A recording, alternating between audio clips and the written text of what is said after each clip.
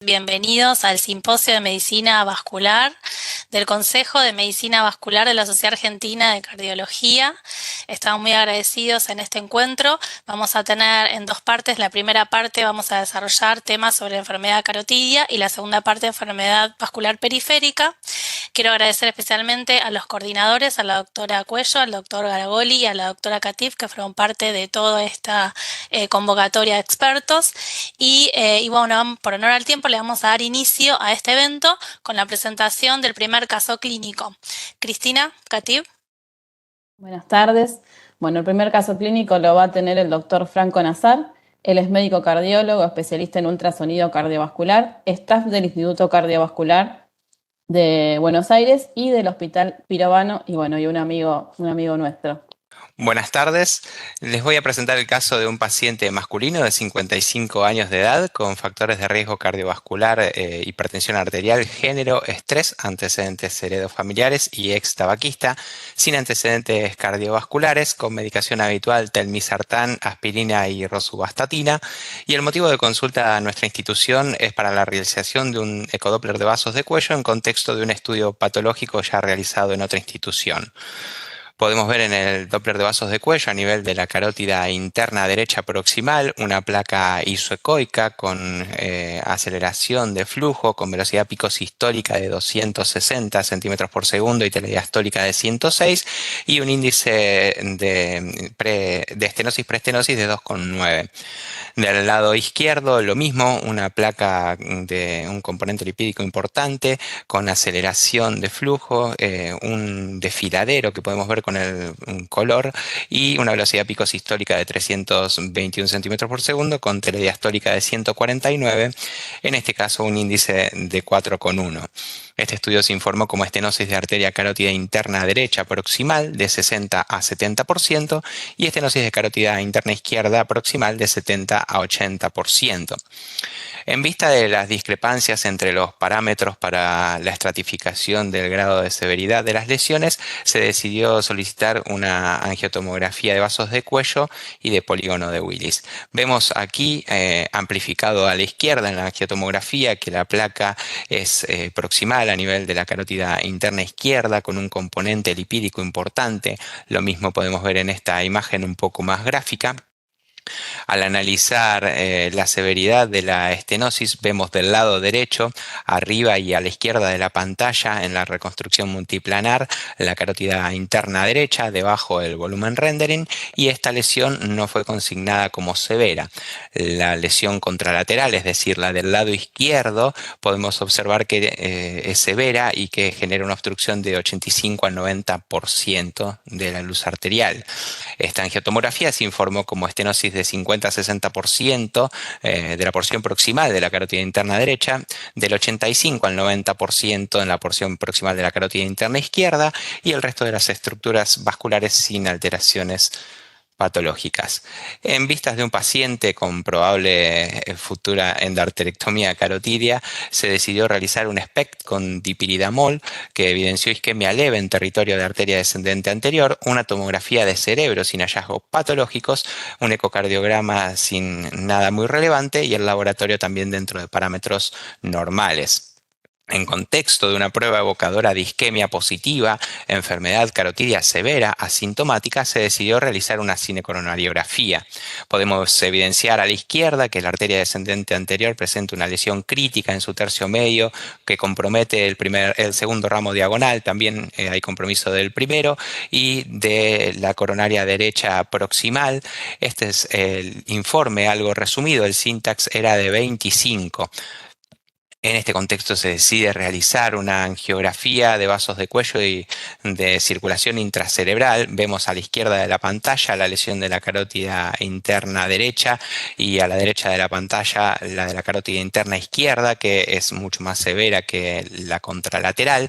En esta imagen podemos apreciar cómo desde diferentes ángulos la lesión del lado izquierdo siempre nos muestra que es severa, como ya habían informado los estudios previos. Lo mismo en estas imágenes estáticas. Este estudio se informó como lesión moderada a severa en tercio proximal de la arteria carótida interna derecha, lesión severa en tercio proximal de arteria carótida interna izquierda, y se tomó una conducta expectante para discutirlo en un Ateneo de Medicina Vascular integrado por todas las especialidades. La conducta fue hacer una angioplastia a la arteria carótida interna izquierda con stent y luego de recibir un mes de clopidogrel del paciente realizar una cirugía de revascularización miocárdica. Podemos ver a la izquierda de la pantalla la liberación del stent en el sistema carotidio izquierdo. Y podemos ver a la derecha de la pantalla la insuflación del balón hasta adquirir el calibre de referencia. Podemos visualizar los resultados angiográficos con los vasos permeables y sin ninguna complicación aparente. Se realizó posteriormente la CRM con 4 puentes a los vasos que mencionábamos, sin bombas y sin complicaciones, y en el eco Doppler carotidio post-angioplastia vemos el stent correctamente aposicionado con permeabilidad, sin aliasing y velocidades dentro de límites normales, con la carótida interna derecha en el mismo rango de estenosis. Al día de la fecha, el paciente se encuentra asintomático y en seguimiento ambulatorio. Muchas gracias. Perfecto, Franco, muchas gracias por el caso clínico. A continuación vamos a seguir con el doctor Nicolás González. Él es médico cardiólogo, coordinador del área ambulatoria del Sanatorio de Cardiología del Sanatorio Finoquieto y coordinador del área de cardiología del Centro Médico Fleischer. También es docente de la carrera de especialista UBASAC y miembro titular de la SAC. Cuando quieras tu presentación, Nicolás. Muchas gracias. A ver, el punto, lo que me pidieron era de qué forma podríamos tratar de transmitir una idea, un mensaje de qué aporta las imágenes en forma multimodal, ¿no? Esto un poco lo que mostraba nuestro colega, es decir, no hago nada más un eco, no hago nada más una tomografía, el paciente no es una imagen, sino que es una multiimagen con un equipo multidisciplinario que la idea es poder evaluar en forma conjunta.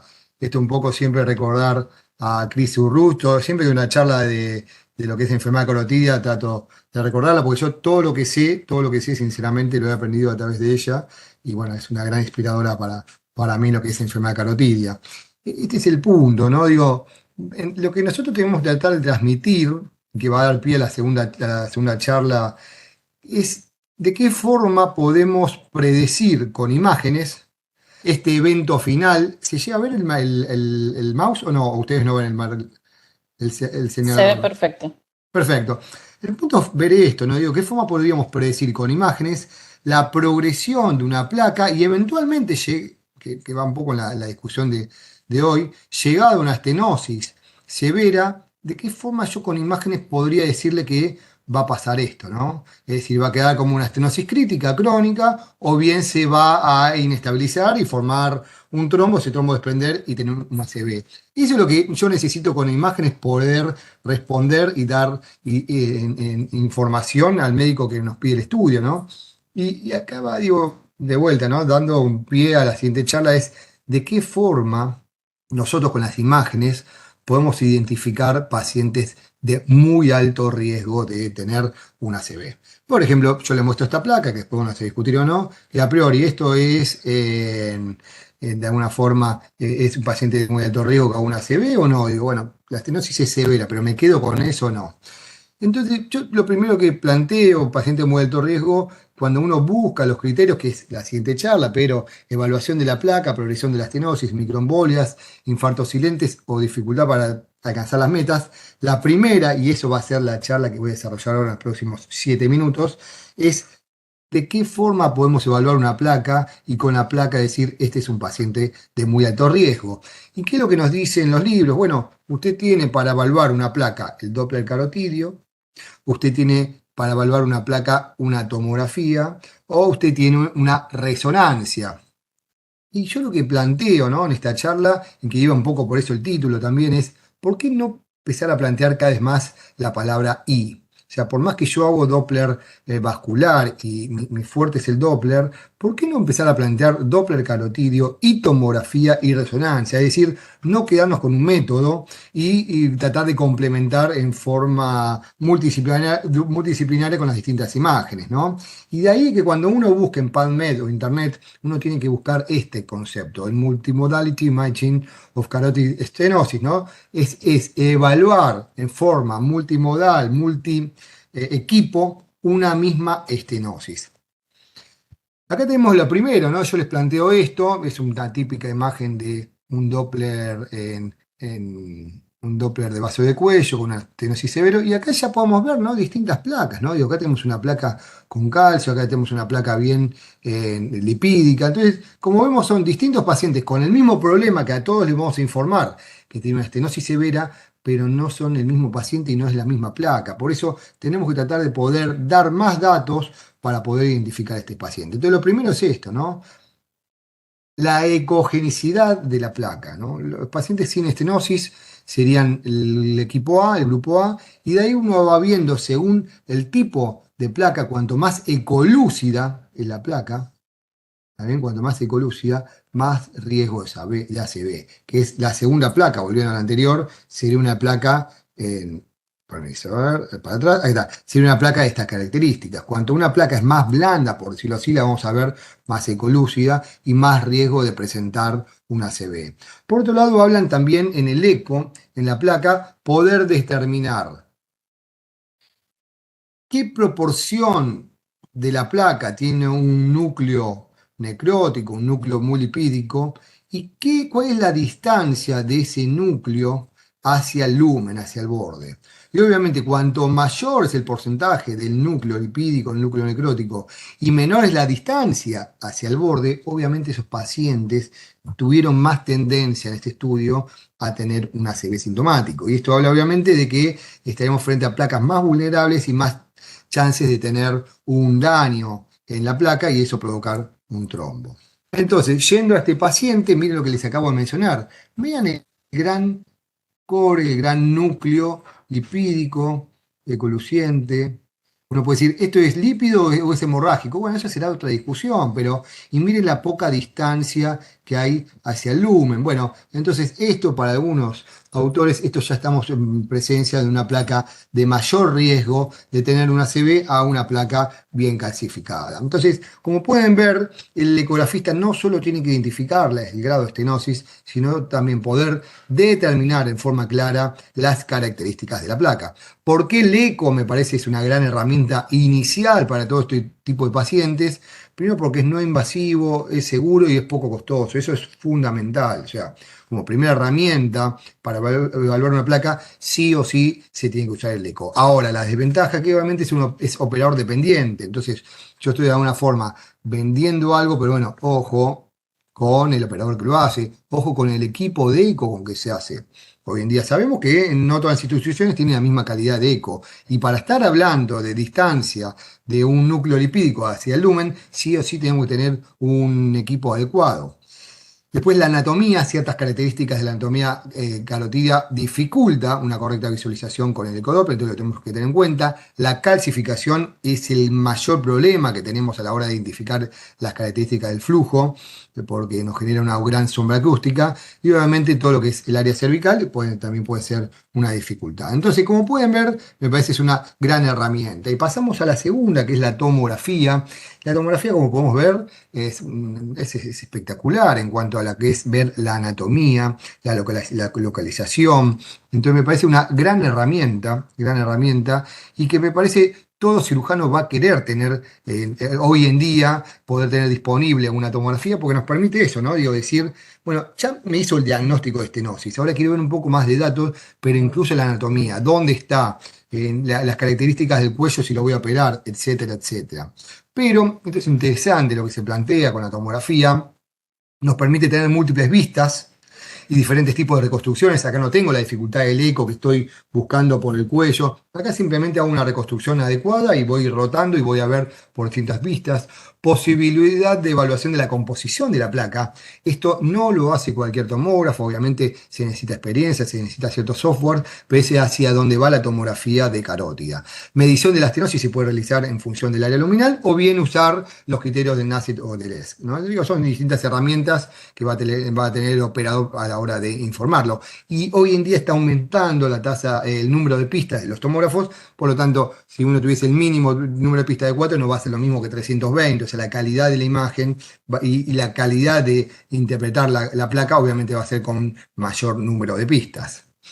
Y este es el ejemplo, ¿está bien? Y esto es importante, porque yo les planteo, esto es una imagen de archivo, ¿no? Digo, de un artículo. Y bueno, acá yo veo una clara estenosis, acá semidiolaria, y acá yo veo que hay un núcleo lipídico. Entonces, ven cómo se puede interpretar con un software. Bueno, esto es un núcleo lipídico, acá tenemos un poquito más de calcio, etcétera, etcétera. Pero bueno, esto, insisto, es calidad del equipo y calidad del operador. Entonces, son cosas no menores. Entonces, ventajas, que puedo ver las arterias intra y extracerebrales, menor tasa de operador dependiente, por decirlo así, porque podría yo directamente ir a ver el grado de estenosis, pero es operador dependiente, múltiples vistas y una adquisición relativamente rápida. La desventaja obviamente va por el tema del contraste y la radiación. La calcificación extensa no es un buen parámetro para analizar una buena evaluación y eso puede disminuir la eficacia del método. Y bien, ojo con artefactos, como esto está cerca de todo lo que es las dentaduras, bueno, ojo que no haya un artificio por un implante dental. Y por último, tenemos la resonancia. La resonancia es de gran utilidad, nos sirve en ciertas características similares, digo, porque no me voy a ahondar, pero sí es muy bueno lo que son las estenosis críticas, ¿no? Digo, me parece que cuando uno tiene dudas si usted es un near occlusion o es un total occlusion, me parece que es una buena herramienta, menor operador dependiente, menor afección por el calcio, me parece entonces una placa que tiene mucho calcio y yo no tengo claro si está ocluido o near occlusion o es una estenosis crítica, me parece que es una buena herramienta la resonancia, no da radiación y eso no es cosa menor. Y también nos permitiría evaluar isquemias cerebrales precoces ante un evento agudo, ¿no? Entonces uno tendría una tomografía sin lesiones y por ahí con la resonancia uno puede ver un evento isquémico. La desventaja va por el costo, la menor disponibilidad, sabemos que la tomografía está mucho más disponible en la mayoría de los centros de buen nivel a nivel Argentina y hay que tener en cuenta, ojo, la presencia de dispositivos como un marcapaso o la claustrofobia, que no es cosa menor. Y por último, lo dejo aparte, porque esto no me parece que se tenga que hacer de rutina, solo en ciertas situaciones, por ejemplo, discordancia de estudios. Yo tengo un estudio que me da el 60% y otro estudio el 80% y estoy pensando en revascularizar, bueno, es una buena herramienta hacer una angiografía, pero no se tiene que hacer una angiografía de rutina y no se discute los riesgos altos o los riesgos bajos del procedimiento, se discute la necesidad o no con los estudios de imágenes no invasivos que tenemos. Y por último, ¿no? Digo, esto tiene que ver, yo después esto lo comparto sin problema, la comparación de cada uno de estos tiene que ver con la sensibilidad y obviamente los estudios de imágenes invasivos son muy sensibles, pero vean que en el ecodoppler es también muy sensible y específico, pero insisto, con operador dependiente. La morfología de la estenosis con lo que es el Doppler ultrasonido es la más limitada y obviamente es buena con los estudios de imágenes no invasivos. Pero lo que me interesa es esto, es que va un poco a la charla de hoy, es la composición de la placa. Y ahí es donde me parece que el decodoppler es espectacular cuando no hay mucho calcio y es espectacular, porque nos permite en el momento, en forma con posibilidad de reproducir, ver ciertas características de la placa y eso poder transmitirlo al médico tratante. Así que bueno, me parece que este es el punto, lo que yo le decía, como conclusión, el Doppler carotidio se tiene que acompañar en ciertas situaciones con una tomografía, se tiene que acompañar con una resonancia en otras situaciones, pero en forma de equipo es que tienen que trabajar en los métodos de imágenes. Así que bueno, muchas gracias y esto espero que haya sido el mensaje que les quise transmitir. Muchas gracias, Nicolás, muy clara la charla. Ahora vamos a darle paso a la doctora Luciana Aguad. Ella es médica angióloga a cargo de la Unidad de Medicina Vascular del Sanatorio Allende de Córdoba. Cuando quieras, Luciana. Hola, buenas noches a todos. Yo voy a tratar de responder en la siguiente charla el interrogante de cuándo intervenir a un paciente que tiene estenosis carotidia asintomática. Bueno, todos sabemos que la enfermedad carotidia tiene alto riesgo de mortalidad cardiovascular, infarto de miocardio y stroke, pero bajo tratamiento médico adecuado, el riesgo de stroke disminuye un 0,5% por año. En nuestro país, el stroke es la cuarta causa de muerte y la primera causa de discapacidad. Y del total de los accidentes cerebrovasculares, el 85% es isquémico y el 30% proviene de vasos mayores.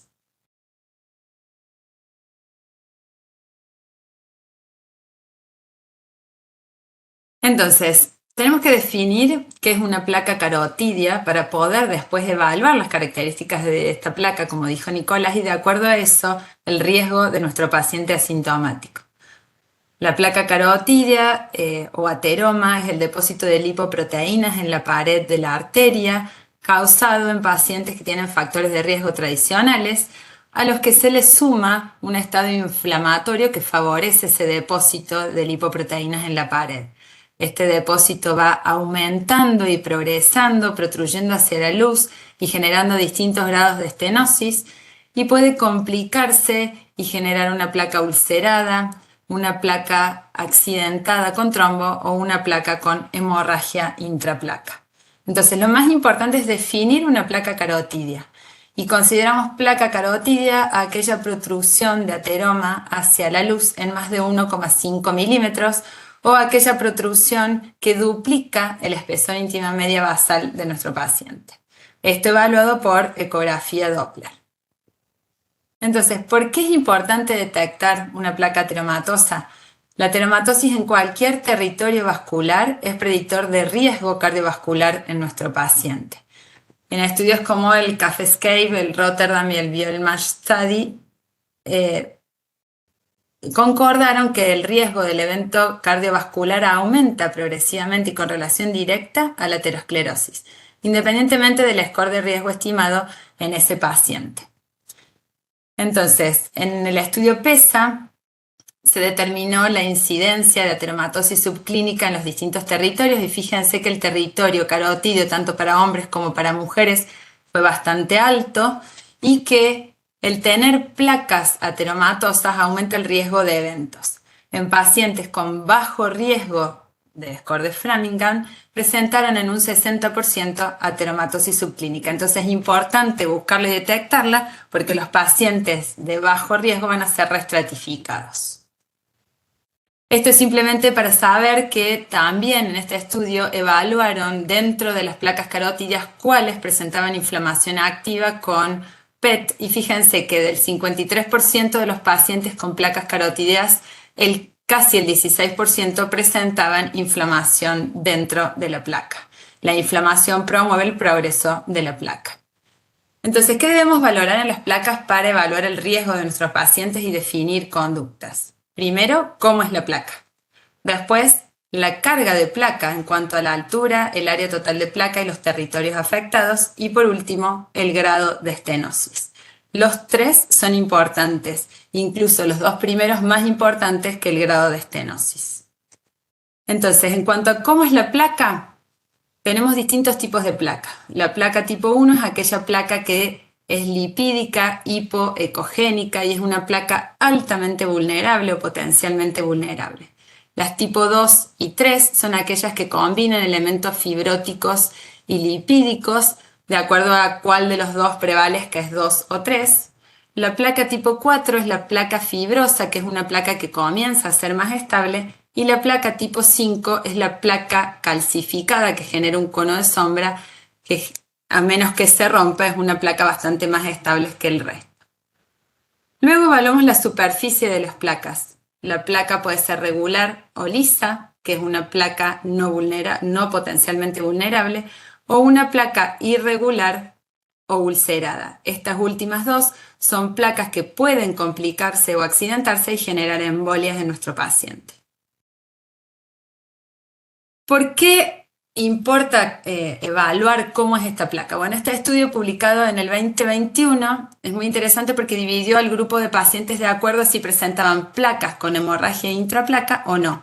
Y fíjense que aquellos que tienen hemorragia intraplaca tienen una incidencia acumulada de riesgo de stroke mucho mayor que los que no la tienen, y lo mismo sucede con la enfermedad coronaria. Si una placa con hemorragia intraplaca es de alto riesgo.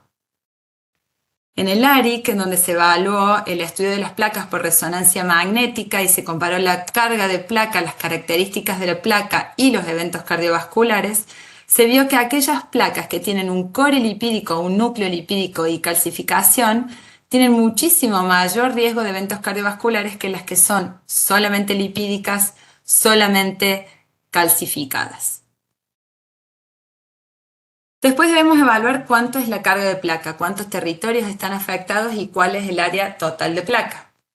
Una placa que protruye hacia la luz en más de 2,5 milímetros tiene elevado riesgo de eventos isquémicos. El riesgo cardiovascular aumenta directamente de acuerdo a la cantidad de territorios afectados, 1, 2 o más, bifurcación, carótida común o bulbo, y a mayor área total de placa, mayor riesgo cardiovascular. El área total se mide sumando las áreas individuales de cada placa. Y por último, evaluar el grado de estenosis. Todos sabemos cómo hacerlo, sabemos que una estenosis planimétrica y hemodinámica superior al 70% tiene alto riesgo de eventos cardiovasculares. Entonces, ¿cuándo intervenir a estos pacientes y cómo manejarlos? Bueno, este estudio de Spence, publicado en el 2020, me pareció muy interesante porque trata de aunar criterios para definir cuándo intervenir.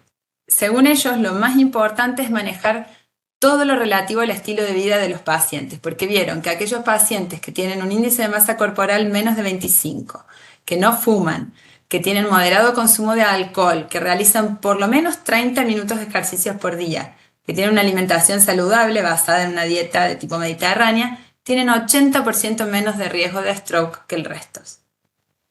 Controlar en todos los pacientes los factores de riesgo tradicionales.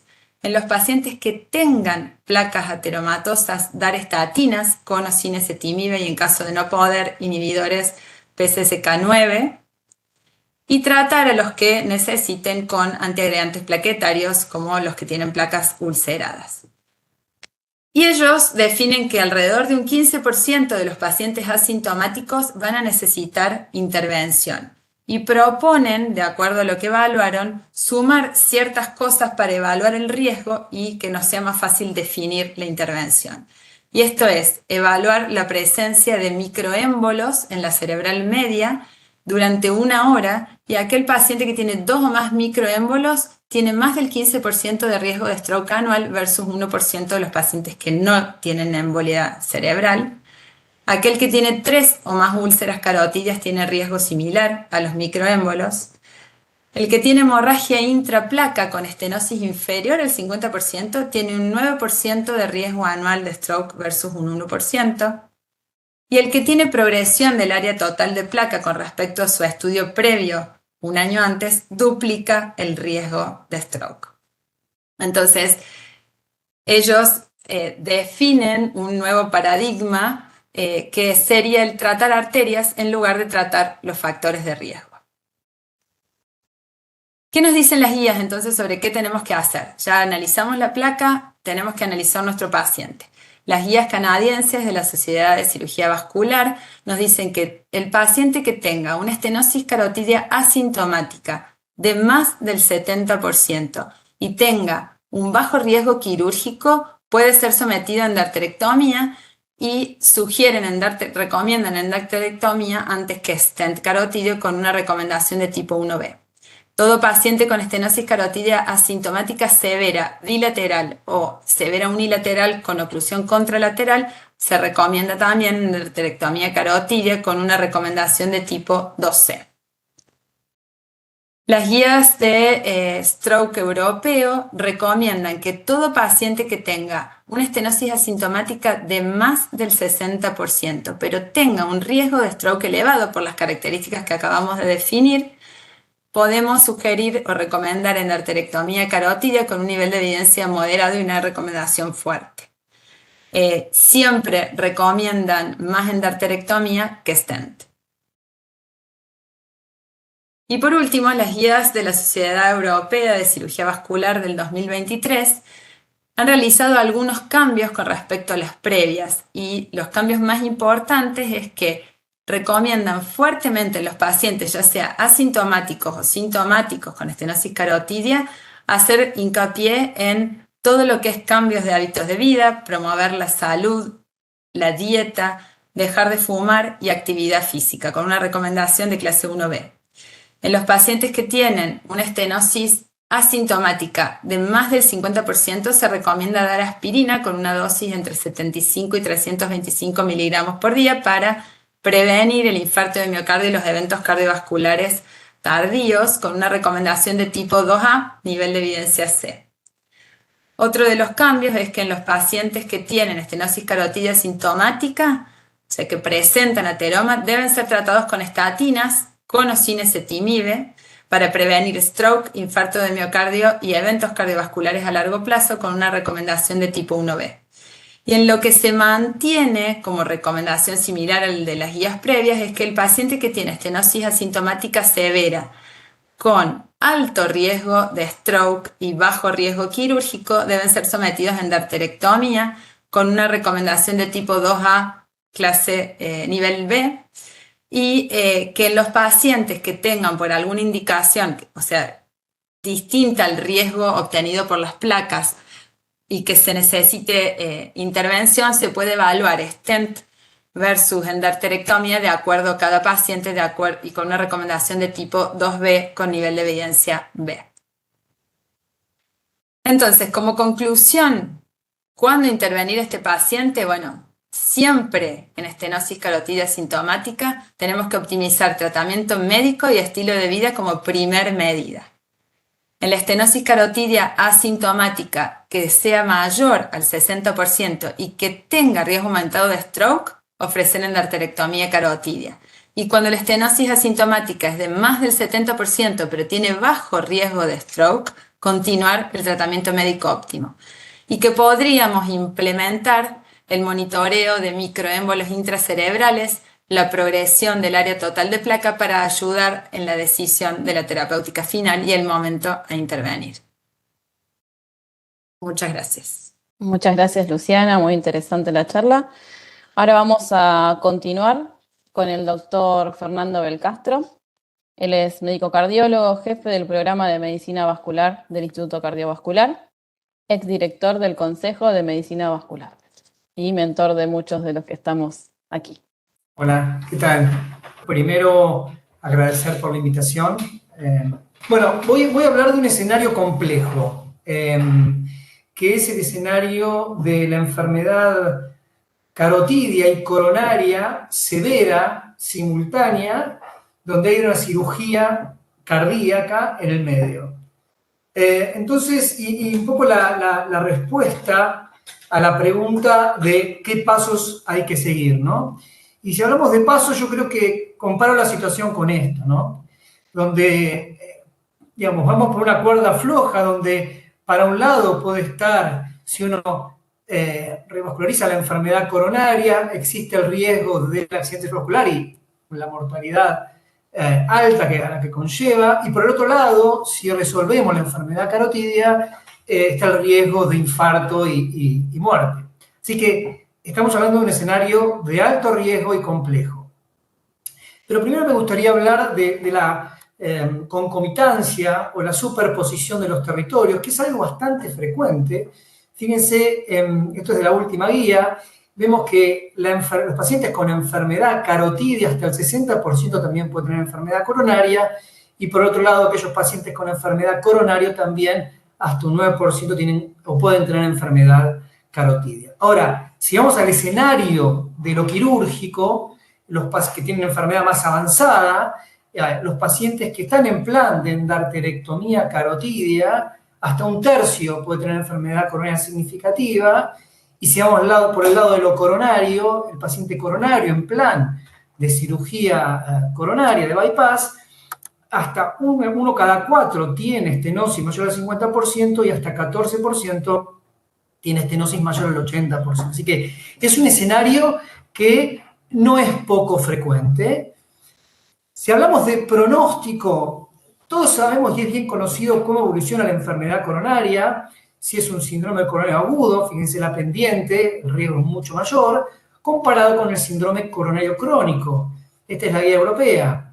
También sabemos o conocemos el pronóstico de la estenosis carotidia asintomática, con tratamiento médico, que sería esta curva, y la asintomática, donde claramente el pronóstico es distinto. Ahora, ¿qué pasa cuando los dos territorios están comprometidos al mismo tiempo? Bueno, en el paciente crónico, como lo evaluó el registro REACH, la enfermedad polivascular, que es cuando está comprometido 2 o más territorios, claramente el pronóstico es mucho peor cuando se compara con el compromiso de un territorio. Ahora, en el escenario de la cirugía cardíaca, este estudio, que es un análisis retrospectivo de pacientes que fueron a cirugía cardíaca, y evaluaron qué pasaba con esos pacientes, con el grupo que fueron a cirugía cardíaca y no se tocaron la carótida y tenían mayor a 80% de estenosis, vemos que tenían, por un lado, mayor riesgo de stroke, esto es a 6 años, 2.1, o sea, duplicaban, y por otro lado también tenían peor pronóstico en cuanto a sobrevida. Por lo tanto, ya vemos que es marcadora de pronóstico, y el primer concepto importante que me gustaría dejar, estos pacientes tienen un riesgo intrínseco altísimo, así que hay que evaluarlos como pacientes de muy alto riesgo independientemente de la decisión que tomamos. Ahora, si hablamos del stroke en cirugía cardíaca, ustedes saben que hay múltiples causas, que más o menos la prevalencia es del 2%, el riesgo de mortalidad, y esto no ha bajado en los últimos años. Sabemos que hay múltiples mecanismos, generalmente en la primera semana de la cirugía cardíaca el mecanismo que prevalece es lo embólico, sobre todo del arco aórtico, pero la enfermedad carotidia aparece ahí como un predictor de riesgo de stroke perioperatorio, y vemos que a mayor compromiso del territorio carotidio, mayor riesgo. Fíjense, incluso cuando hay obstrucción severa de un lado y la otra está ocluida, el riesgo llega hasta el 10%, con lo cual vemos que algo la carótida tiene que ver. Se discute mucho si tiene que ver, porque muchos de los strokes en el perioperatorio son en el hemisferio contralateral, aproximadamente el 60%. Por tanto, ¿cuánto tiene que ver la carótida como responsable directa o como marcadora de enfermedad?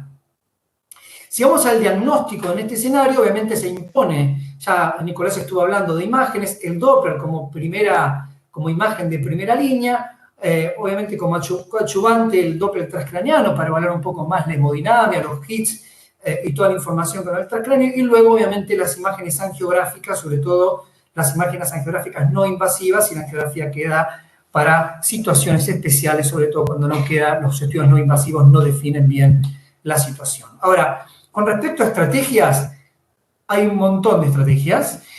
Una es la cirugía combinada sin tocar la carótida, que esta puede ser con bomba o sin bomba. A su vez, puede ser la cirugía combinada con cirugía carotidia y cirugía cardíaca al mismo tiempo. Otra estrategia es la cirugía carotidia y luego, en etapas, la cirugía coronaria, o al revés, primero la cirugía coronaria y luego la carotidia. Y estrategias menos invasivas, la angioplastia carotidia y luego la cirugía cardíaca o viceversa. Y por último, hacer todo endovascular. Fíjense todas las estrategias que tenemos para un mismo escenario. Y tenemos distintas variables que nos pueden llevar hacia una u otro lado. Desde lo coronario, si es una enfermedad estable o inestable, si es una cirugía electiva de emergencia, la función ventricular, la presencia o no de tronco, los scores de anatomía coronaria. Desde el punto de vista carotidio, si es sintomático o no, el porcentaje de estenosis o oclusión, si es unio bilateral, la presencia de un arco aórtico con placas importantes, infartos silentes en el mismo hemisferio. O sea, tenemos un montón como también las comorbilidades, ¿no? O sea, todo esto nos hacen o nos tienen que ayudar a tomar la decisión en cuanto a la estrategia. Si hablamos de evidencia, no hay mucho estudio randomizado. Le podría decir que hay un estudio y medio, y ahora les digo por qué. Este es el estudio randomizado, que es del grupo de Illuminati, donde, fíjense, 2011, donde se randomizó pocos pacientes, 90 y pico por grupo. Primero, el grupo A era resolver la carótida en etapas o combinada, o el grupo B, no tocar la carótida. Fíjense que el grupo B, que era el grupo donde no se tocaba la carótida, iba a cirugía aislada coronaria, fue el grupo que tuvo más eventos coronarios, más eventos neurológicos, en forma significativa. Muchas limitaciones de este estudio, sobre todo la poca cantidad de pacientes, el poco poder estadístico. El otro estudio, que es contrario a lo que dijo el grupo de Illuminati, es este estudio randomizado también, que de los alemanes, que tuvo que ser suspendido precozmente por falta de fondos, pero bueno, hasta donde llegó, también con pocos pacientes, randomizó a cirugía combinada, o sea, todo al mismo tiempo, versus aislada, y el grupo con cirugía combinada tuvo más eventos con respecto a no tocar la carótida. Así que vemos acá dos estrategias, dos estudios que dan resultados distintos. ¿Qué dicen los metaanálisis? Naylor es uno de los médicos que más estudió este escenario con metaanálisis. Fíjense, casi 100 estudios, casi 9.000 pacientes, distintas estrategias, y fíjense los números que muestra Naylor. Aquellos que iban a cirugía combinada, o sea, en el mismo procedimiento, resolver lo coronario y carotidio, al mes, 11% de infarto, stroke y muerte, números que uno no está acostumbrado a ver en la enfermedad coronaria o en la enfermedad carotidia tomándolos por separado. Si resolvía, o el grupo que resolvió primero lo carotidio y en segundo tiempo lo coronario, 10.2%. Y el grupo donde se hacía primero lo coronario y luego lo carotidio era 5%, pero con un casi 6% riesgo de stroke. O sea, vemos que ninguna de las estrategias parece ser la ideal. Aparece la cirugía sin bomba y también el grupo de Naylor lo evaluó, y acá el número baja un poco, si bien eran pocos pacientes, acá el número bajó el porcentaje de eventos combinados a 3.6%. A este grupo evaluó, o en este metaanálisis, perdón, se evaluó qué pasaba cuando uno hacía una estrategia combinada versus estrategia en etapas. Y claramente esto demostró que la cirugía combinada prácticamente se está dejando de usar, dado el alto riesgo que tiene. Primero, en este primer cuadro ven que el mayor riesgo de intervención prolongada lo tuvo el grupo cirugía combinada, mayor riesgo de stroke y mayor mortalidad lo tuvo el grupo de cirugía combinada. Así, evidentemente, incluso en mi propio grupo, cuando la hicimos, la verdad que hace muchos años no nos fue muy bien. Y hoy prácticamente está en desuso. Aparecen nuevas estrategias, la angioplastia carotidia en el estudio Sapphire, muy criticado también, que comparó endarterectomía versus angioplastia carotidia. Uno de los criterios de inclusión, que eran pacientes de alto riesgo, era necesidad de cirugía cardíaca. Así que algo de evidencia con STEN en este caso demostró ser no inferior y se empezó a plantear como una posible estrategia en estos pacientes. Guzmán estudió qué pasaba, hizo un metaanálisis también, fíjense que todos son, la evidencia no es muy sólida, muy randomizada, pero este metaanálisis, él evaluó a pacientes, casi 300 pacientes de 6 estudios, que se hacían angioplastia carotidia y luego se hacían la cirugía cardíaca. Y él encontró, fíjense, un número similar al de Naylor, cuando se hace cirugía combinada, 12% a 30 días. Obviamente, estos pacientes tenían que esperar en promedio 30, 40 días para la cirugía cardíaca por la necesidad de la doble antiagregación. Y ahí en el medio hubo muchos eventos esperando la cirugía cardíaca. Parecería ser, salvo en escenarios determinados, una estrategia que hay que tomarla con cuidado. Y aparece el grupo de, el estudio Sharp, el grupo de Versace. Acá aparece la estrategia híbrida en este escenario, donde eran 100 pacientes con un Neuroscore mayor a 5, o sea, alto riesgo, se usaba angioplastia carotidia con filtro y heparina, y luego iban a cirugía cardíaca y luego se los cargaba con clopidogrel. Fíjense que acá el número de infarto, stroke y muerte a 30 días, que es el número que venimos hablando, fue del 4% y puede ser una estrategia potencial. ¿Qué dice la guía? Bueno, la guía dice, en pacientes con cirugía cardíaca que tiene estenosis carotidia, aquel que fue sintomático, que básicamente tuvo síntomas en los últimos 6 meses, le da categoría 2A, una estenosis del 50 al 99%, habría que hacer o combinada o en etapas cirugía carotidia y luego cirugía cardíaca. En aquellos asintomáticos es mucho más exigente y debe ser estenosis por lo menos bilateral o severa de un lado y ocluida del otro, y ya acá le da una categoría 2B, pero plantea la posibilidad de hacer no solamente endarterectomía, sino angioplastia carotidia y luego la cirugía cardíaca. Esta es nuestra experiencia que la presentamos afuera.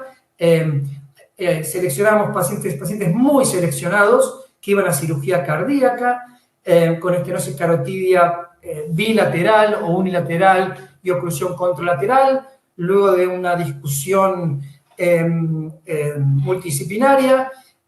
Fueron 19 pacientes en total. Le hacíamos stent carotidio, pero le damos tirofiban luego y se hacía stent carotidio con protección distal. Eso sería al otro día. Se suspendía el tirofiban 6 horas antes de la cirugía, iba a la cirugía que era sin bomba, cuando era coronario, y con bomba si era valvular, y si no sangraba a las 6-8 horas le incorporamos el clopidogrel. La verdad que no tuvimos stroke, sí un paciente fallecido en un paciente con VI severo. Es una estrategia en pacientes muy seleccionados, y recuerden que es una indicación 2B, con lo cual tiene que estar muy, muy discutido.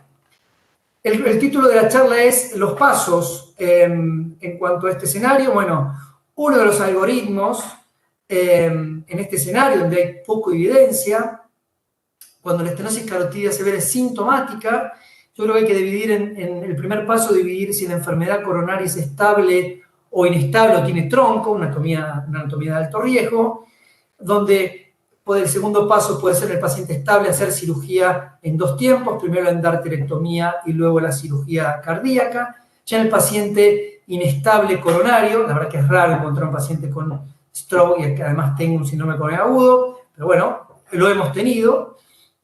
También acá aparece la cirugía en 2 tiempos, primero endarterectomía y luego la cirugía cardíaca, o en casos muy seleccionados, la angioplastia carotidia y luego cirugía cardíaca.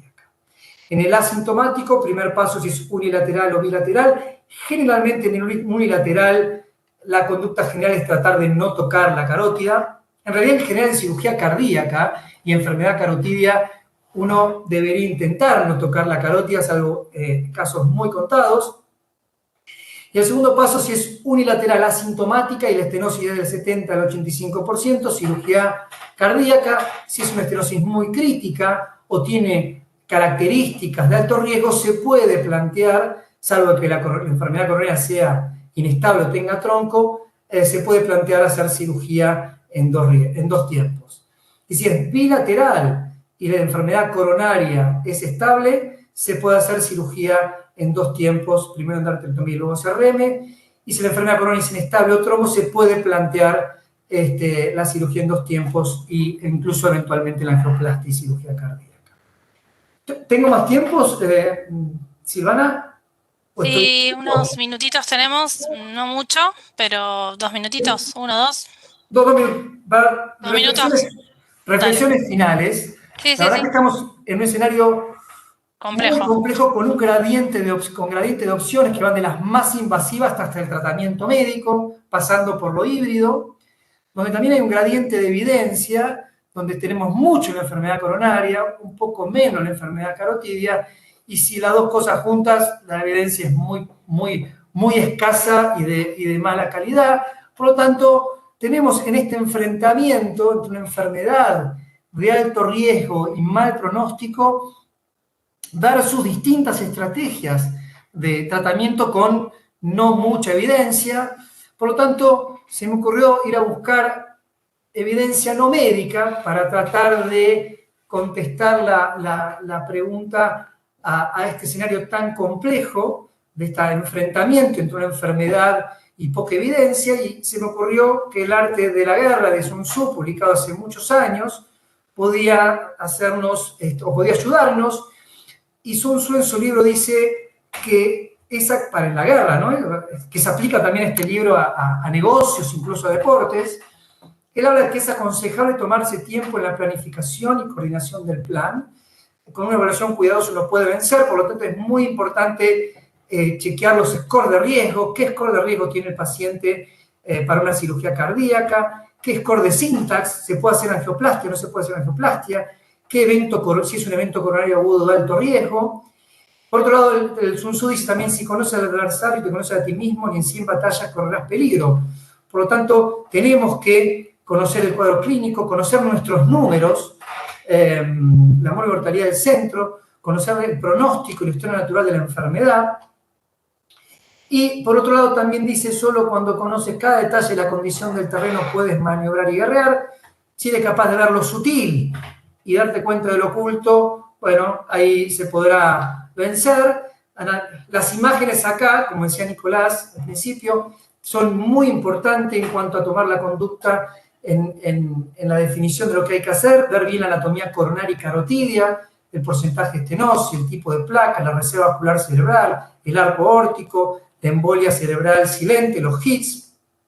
Y ya para terminar, Sun Tzu decía que se llama genio la capacidad de obtener la victoria, cambiando y adaptándose según el enemigo, actúa cuando sea beneficioso, en caso contrario desiste, un pueblo destruido no puede hacerse renacer y la muerte no puede convertirse en vida. Por lo tanto, me parece que el mensaje final es tratamiento individualizado y abordaje multidisciplinario para tratar estos pacientes tan complejos y de tan alto riesgo.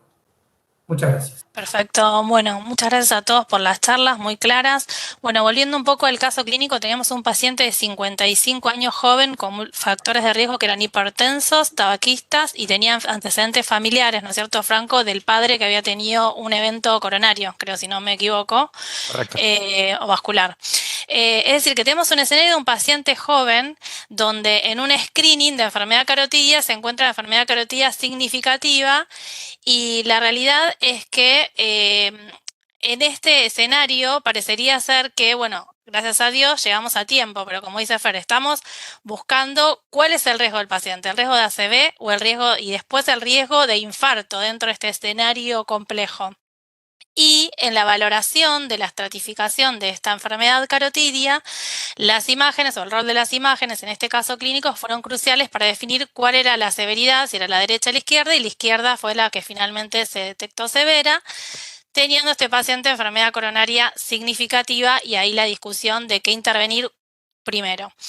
En este escenario, antes de ir a la enfermedad coronaria del paciente que se metió, la neuróloga que nos acompaña, Cris, vos la presentaste, por favor, a nuestra invitada. Bueno, ahí la presento, ella se llama López Armaretti Marianela, ella es médica neuróloga, especialista en enfermedades cardiovasculares. Muchas gracias, Marianela, por acompañarnos.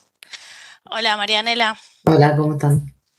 Bueno, a ver, prevenimos el ACV y después los cardiólogos prevenimos el infarto. Entonces, en este escenario de estos pacientes, bueno, me imagino que ¿qué te preocupa? No, el riesgo operatorio en realidad es lo que nos preocupa a nosotros. Obviamente que el riesgo de que tenga un ACV, o hacer un diagnóstico de una estenosis carotidia severa y que el paciente pueda llegar a tener un ACV también nos preocupa, como también hacer una carótida, entre comillas, asintomática y ir a intervenirla y que haga una complicación periprocedimiento también es una de las preocupaciones que siempre tenemos. Lo que estaba hablando con vos, de lo que lo han nombrado, algunas cosas que por ahí usamos un poco más nosotros, es el monitoreo de HIT por el Doppler transcranial, como para ver a ver si esa carótida está desprendiendo émbolos. Obviamente, si confirmamos eso, no hay discusión alguna. Esa carótida es asintomática, entre comillas, porque los émbolos están subiendo y a algún lado están yendo, solo que el paciente no lo está manifestando clínicamente. Y otra cosa que también solemos hacer es por ahí pedir una resonancia en estos pacientes que son medium gris, como para ver la carga lesional a nivel cerebral que sea distinta entre los hemisferios dependiente de esta carótida que tenga la estenosis severa. A veces puede pasar que si hacemos una resonancia vemos mucha más carga lesional de la carótida que se presume asintomática y ahí deja de ser asintomática porque está dando síntomas, solo que el paciente no las está presentando o no se está dando cuenta en ese momento. Capaz está evolucionando un deterioro cognitivo, que no es el síntoma agudo que estamos todos acostumbrados a decir, hizo una hemiplegia, bueno, esta carótida es sintomática, sino que está siendo sintomática más crónicamente y le va a dar unos síntomas un poquito más a largo plazo. Bien, qué importante el trabajo multidisciplinario, ¿no? A la hora de definir estos casos y Sí, el rol de las imágenes en esto, como veníamos sí. diciendo. Con respecto a Luciana, con las estenosis carotídeas de menos del 50%, ¿estamos llegando tarde a la intervención? Bueno, buena pregunta. En realidad creo que tenemos que hacer hincapié en que nos definan, el que define la estenosis inferior al 50%, que nos defina las características de esa placa. Porque el paciente que viene para un chequeo general, un paciente de más de 40 años con algún factor de riesgo cardiovascular al que se le pide ecodoppler de vasos del cuello y aorto femoral, el médico que hace el ecodoppler debe darnos las características de esa placa, porque de acuerdo a eso nosotros después en el consultorio vamos a tratar más intensivamente o no a ese paciente. Creo que todos hoy estamos haciendo mucha prevención y nadie duda en que una placa, la presencia de una placa en un paciente asintomático merece un tratamiento médico en conjunto y, y creo que estamos yendo hacia llegar lo más temprano posible, con herramientas Pero simples como el ecodoppler.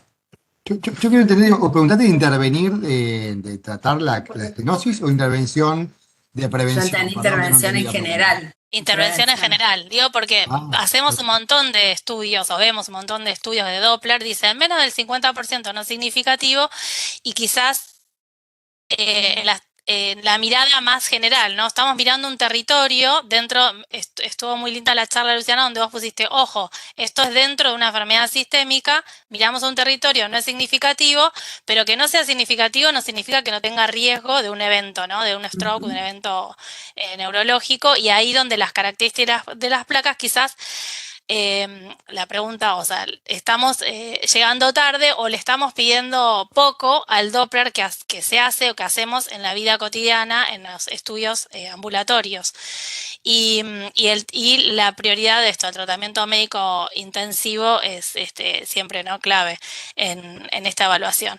Y lo otro, lo que sí, Fer, que te quería preguntar, era en este caso, se decidió la angioplastia con una CRM diferida a 30 días, destacando que el riesgo de evento, o sea, va a ser, digamos, no va a ser nulo. Es decir, en esos 30 días tenemos tratada la carótida, pero podemos tener un evento coronario. ¿Cómo tratás esos escenarios en el trabajo multidisciplinario o en la charla con el paciente? Porque uno le optimiza todo, pero tenemos un riesgo de que el paciente pueda llegar a tener un evento coronario o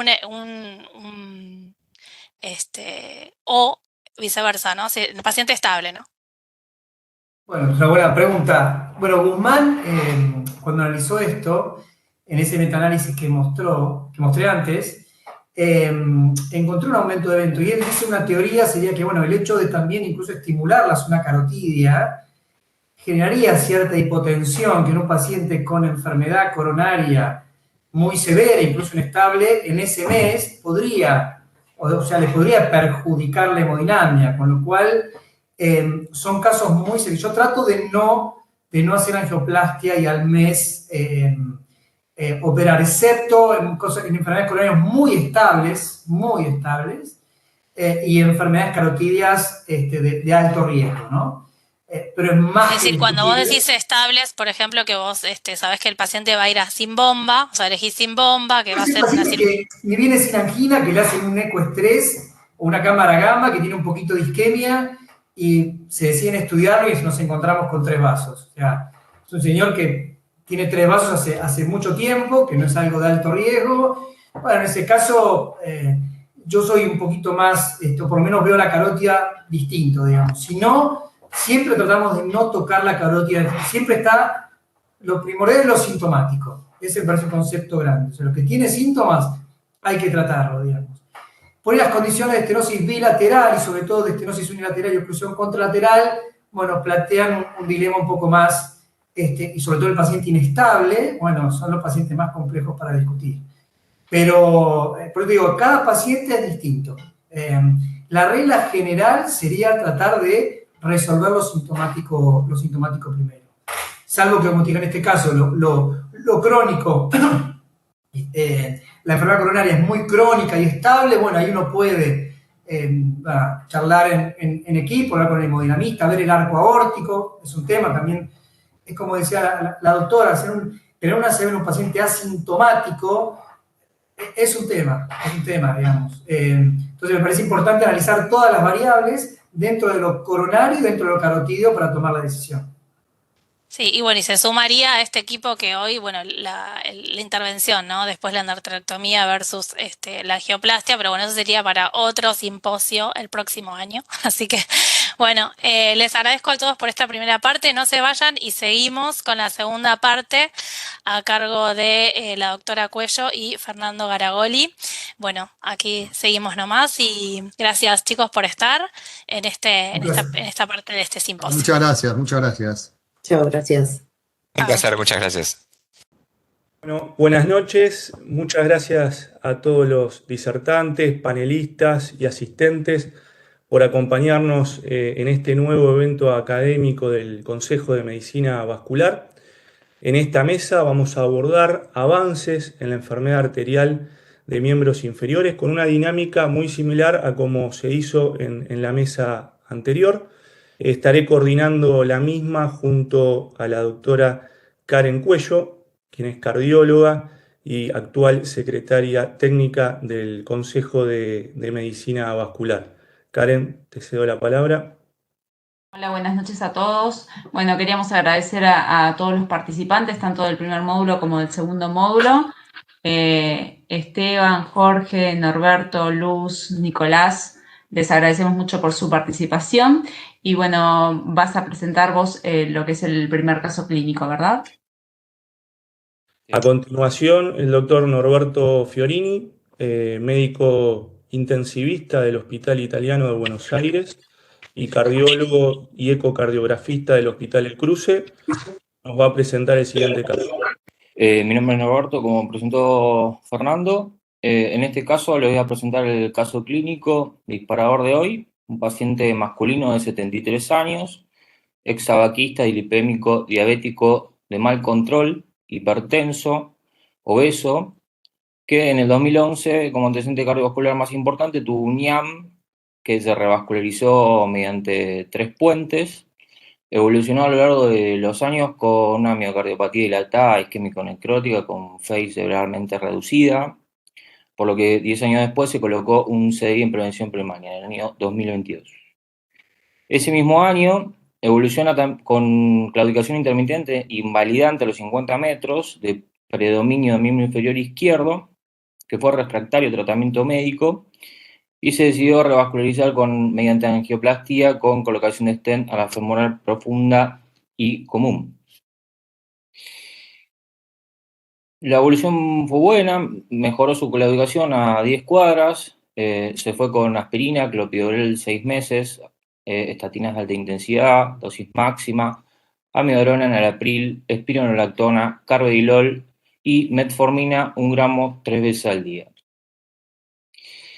Al año siguiente, un año después de este evento, secundario a un traumatismo, evoluciona con una úlcera dolorosa, la cual no cicatrizaba, por lo que consulta al equipo multidisciplinario de curación de heridas del hospital, donde en primera instancia se le hace un laboratorio donde se evidencia ligera anemia con una falla renal crónica ya leve, una proteinuria de 259 miligramos gramo, un clearance de 54 y un perfil cardiometabólico totalmente fuera de objetivos, unas glucemias en ayunas de 176, una glicosilada de 8,4, una LDL de 78 y triglicéridos ligeramente elevados.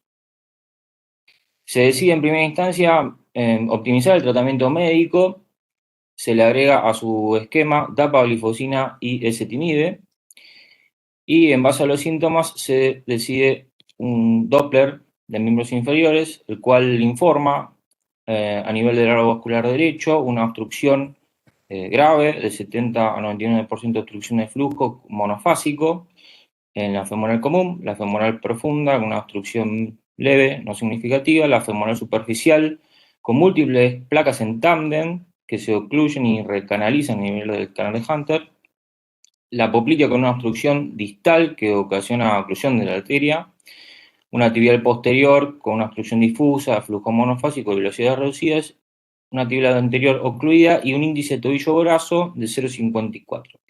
En el árbol vascular izquierdo se puede ver los stents permeables a nivel de la femoral común y profunda, pero el femoral superficial y el popliteo se encontraban ocluidos con recanalización distal a nivel popliteo. Se solicita una angio-TC, donde se puede ver dichas obstrucciones que se habían evidenciado previamente en el Doppler, y se decide, por lo tanto, revascularización mediante una nueva angiografía del árbol vascular izquierdo, mejorando los síntomas con colocación de un stent en femoral común superficial y poplitea derecha, mejorando los síntomas de claudicación a más de 200 metros y mejorando significativamente la repitalización de la herida que precipitó la consulta.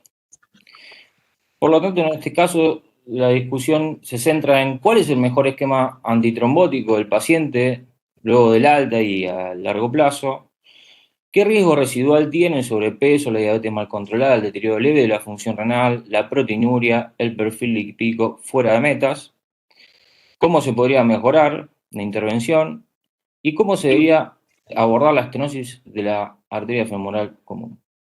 Muchas gracias. Perfecto, Norberto. Bueno, muchísimas gracias. Durante las charlas vamos a tratar de ir viendo las consultas que se generaron. En la primera de las charlas tenemos al doctor Esteban Gándara, médico clínico, epidemiólogo, jefe del Departamento de Investigación del Hospital Privado de Comunidad, y la charla que vamos a escuchar es el esquema COMPASS-Voyager en enfermedad vascular periférica, cómo selecciona el mejor candidato. Bueno, primero, muchísimas gracias, un placer estar con ustedes, Karen, Fernando, Jorge también, y gracias, Norberto, por haberme dejado la pregunta abierta y vamos a tratar de responderla. Bueno, así que mi charla de hoy es esquema COMPASS y Voyager, enfermedad vascular periférica, cómo seleccionar al mejor candidato, y creo que vamos a empezar que todo paciente sintomático, esté o no esté tratado, probablemente tenga que recibir, si está correctamente tratado, esto es, con todas las medicaciones correctas, tendría o se beneficiaría de este esquema. Y voy a tratar de más o menos defender este comentario que hago al principio, el por qué. Estos son mis conflictos de interés. Así que bueno, la idea es discutir un poquito los resultados del COMPASS y el Voyager y sus implicancias en el uso del rivaroxaban en pacientes con enfermedad vascular periférica. Así que tenemos que pensar que la enfermedad vascular periférica es una enfermedad que a medida que envejecemos sabemos todos que empieza a afectar cada vez a más personas. Los pacientes que tienen isquemia crítica lamentablemente que han tenido una amputación tienen una mortalidad muy alta, eso es bastante claro, todos lo vemos en nuestra práctica cotidiana, y también lo que vemos es que tienen mayor riesgo de eventos trombóticos, coronarios, accidentes cerebrovasculares que la mayoría de los pacientes. La madre de los antitrombóticos en esta población fue, y creo que será por mucho tiempo, la aspirina. Esto ya sabemos del año 1994, este metaanálisis de Antiplatelets Trialist, en el cual sabemos que funciona y es la que mejora.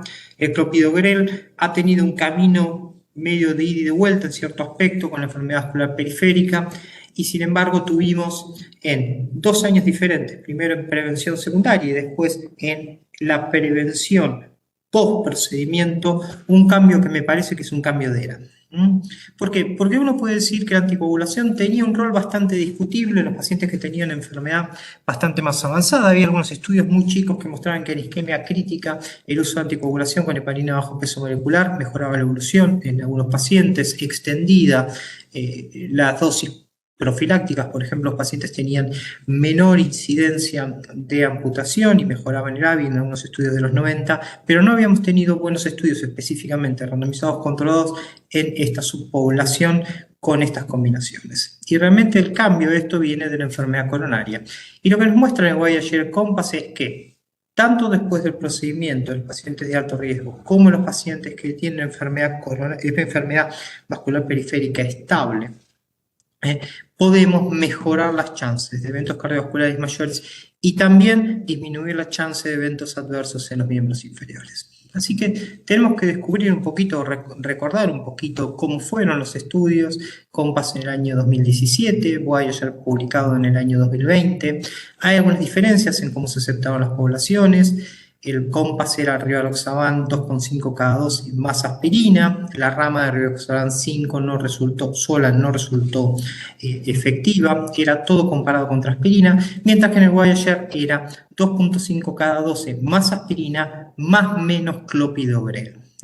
Y el comparador era también más menos clopidogrel para poder representar un poquito mejor la población de pacientes que tenían intervenciones. Sabemos que en las dos los pacientes eran bastante, no similares, porque realmente los de Voyager eran pacientes que habían tenido un procedimiento tanto endovascular o abierto, y eso había ocurrido en los últimos 10 días, era sintomático, se habían tratado por los síntomas específicamente, y había algunas diferencias en los criterios de sangrado o alto riesgo de sangrado que tienen ambas poblaciones. Por ejemplo, si bien no puedo decir son similares, pero el COMPAS excluía, por ejemplo, la presencia de alguna ACV reciente, un ACV hemorrágico previo, lacunar previo, la insuficiencia cardíaca grave o la enfermedad renal avanzada, que si bien estaba en un criterio de exclusión, no se consideraba como alto riesgo de sangrado en el estudio del Voyager. Así que tenemos que recordar que la población COMPAS, generalmente lo que tenemos es que había unos 7.470 pacientes con enfermedad vascular periférica considerada total y sintomática de los miembros inferiores eran 4.129. Generalmente fue un seguimiento de unos 25 meses. Pacientes muy bien tratados, tenemos que recordar esto, 70% de los pacientes en el estudio COMPAS estaban recibiendo IECA, 80% con estatinas. En el Voyager un poquito menos, podríamos decir de IECA 68-65%, estatinas también en un número similar, 100% de pacientes con aspirina y un 55% de los pacientes que estuvieron recibiendo clopidogrel post procedimiento. Esto era más común en los pacientes que tenían angioplastía. Pero bueno, podemos ver que es una población que es bastante similar a lo que se hace en la práctica. Yo le hice un procedimiento endovascular y el paciente tiene esto. ¿Y qué fue lo que vimos en estos estudios? Es que el evento primario, el COMPAS 27.395 pacientes, se voy a hacer un estudio más chico, 6.564. Hay que recordar que el COMPAS fue cerrado prematuramente por un beneficio en la mortalidad, pero el evento primario, que era muerte cardiovascular ACV o IAM, estaba disminuido en forma significativamente, 4.1 contra 5.4%, había una disminución de casi un 0,7% en muerte de todas las causas, una disminución significativa del accidente cerebrovascular de 1.6 a 0,9, con un aumento de la tasa de sangrado mayor de 3.1 a 1.9, pero lo interesante es que no aumenta la tasa de sangrado intracraneano ni la tasa de sangrado fatal. Esto es importante para recordarlo cuando tenemos esta discusión. Diferente es el evento primario en el estudio Voyager que tenemos, que es el famoso MAIL más isquemia arterial aguda, amputación de causas vasculares, y ahí podemos ver que también hay una reducción del evento primario, 15.5% contra 17.8%, que es significativo. No hay muchos cambios en la incidencia de muerte ACV de sangrado mayor, pero sí en la tasa de sangrado mayor ISTH, sin cambios en la tasa de sangrado intracraneano. ¿Y qué vimos específicamente en COMPAS, en lo que es eventos de las piernas, lo que nos interesa? La tasa de isquemia arterial aguda o amputaciones en el COMPAS disminuye.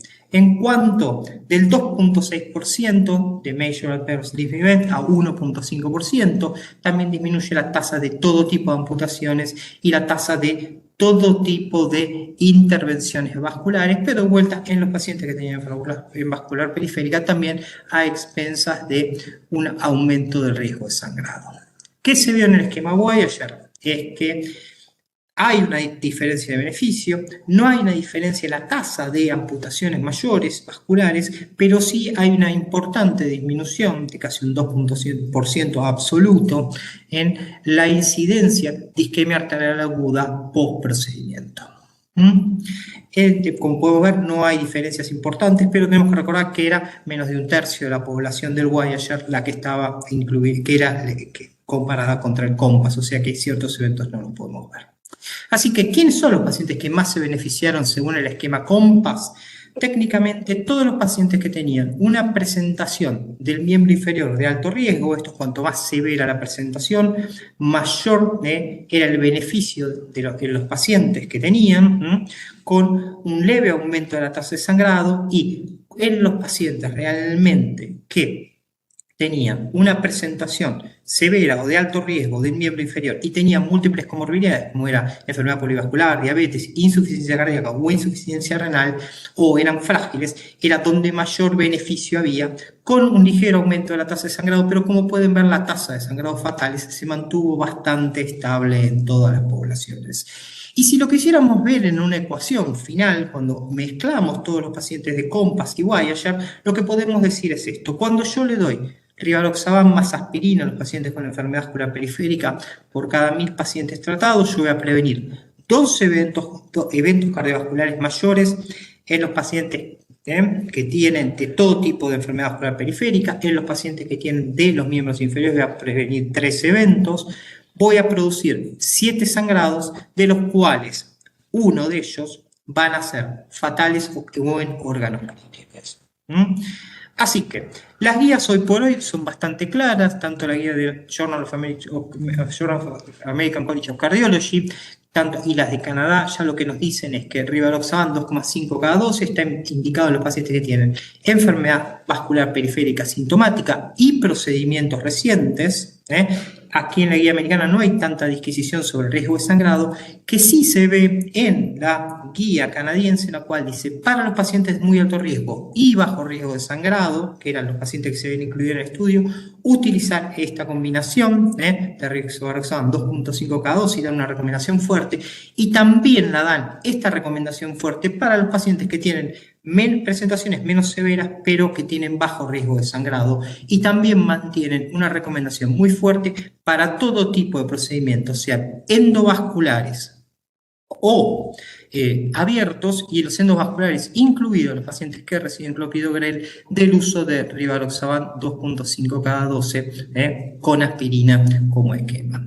Así que creo que las conclusiones de esta charla tienen que ser que el uso de dosis bajas de rivaroxaban disminuye el número de eventos vasculares mayores y la mortalidad de pacientes con enfermedad vascular periférica, y mejora la evolución post-procedimientos siempre y cuando el paciente tiene bajo riesgo de sangrado, que existe un mayor beneficio en los pacientes que tienen mayor severidad de presentación y mayor número de comorbilidades, como son la insuficiencia cardíaca, la falla renal y la diabetes, y que tenemos que tener en cuenta que siempre va a ser una medicación que sirva siempre y cuando comencemos con la base de pacientes que están correctamente tratados, tal como había resultado en esos estudios. Así que muchísimas gracias por tenerlos y estoy dispuesto para las preguntas después.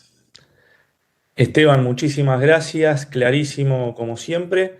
Vamos a dejar la discusión para el final, así que bueno, a todos los asistentes les pedimos que nos vayan dejando sus preguntas en el chat, y a continuación vamos a presentar a la doctora Luz Fernández Recalde, quien es cardióloga y coordinadora del área de clínica vascular de la Unidad de Enfermedad Vascular Periférica del Hospital Italiano de Buenos Aires y cardióloga staff del Hospital Británico, que nos va a hablar de cómo debemos abordar el riesgo residual en los pacientes diabéticos con enfermedad vascular periférica. Hola, Luz. Hola, bueno, muchas gracias sobre todo al Consejo de Medicina Vascular por invitarme a participar de esta disertación.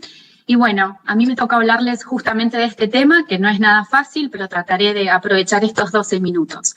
Para empezar, nosotros sabemos que la diabetes es una enfermedad que tiene un riesgo cardiovascular muy aumentado y que como complicaciones macrovasculares tiene una alta asociación con enfermedad coronaria, pero también con enfermedad vascular periférica.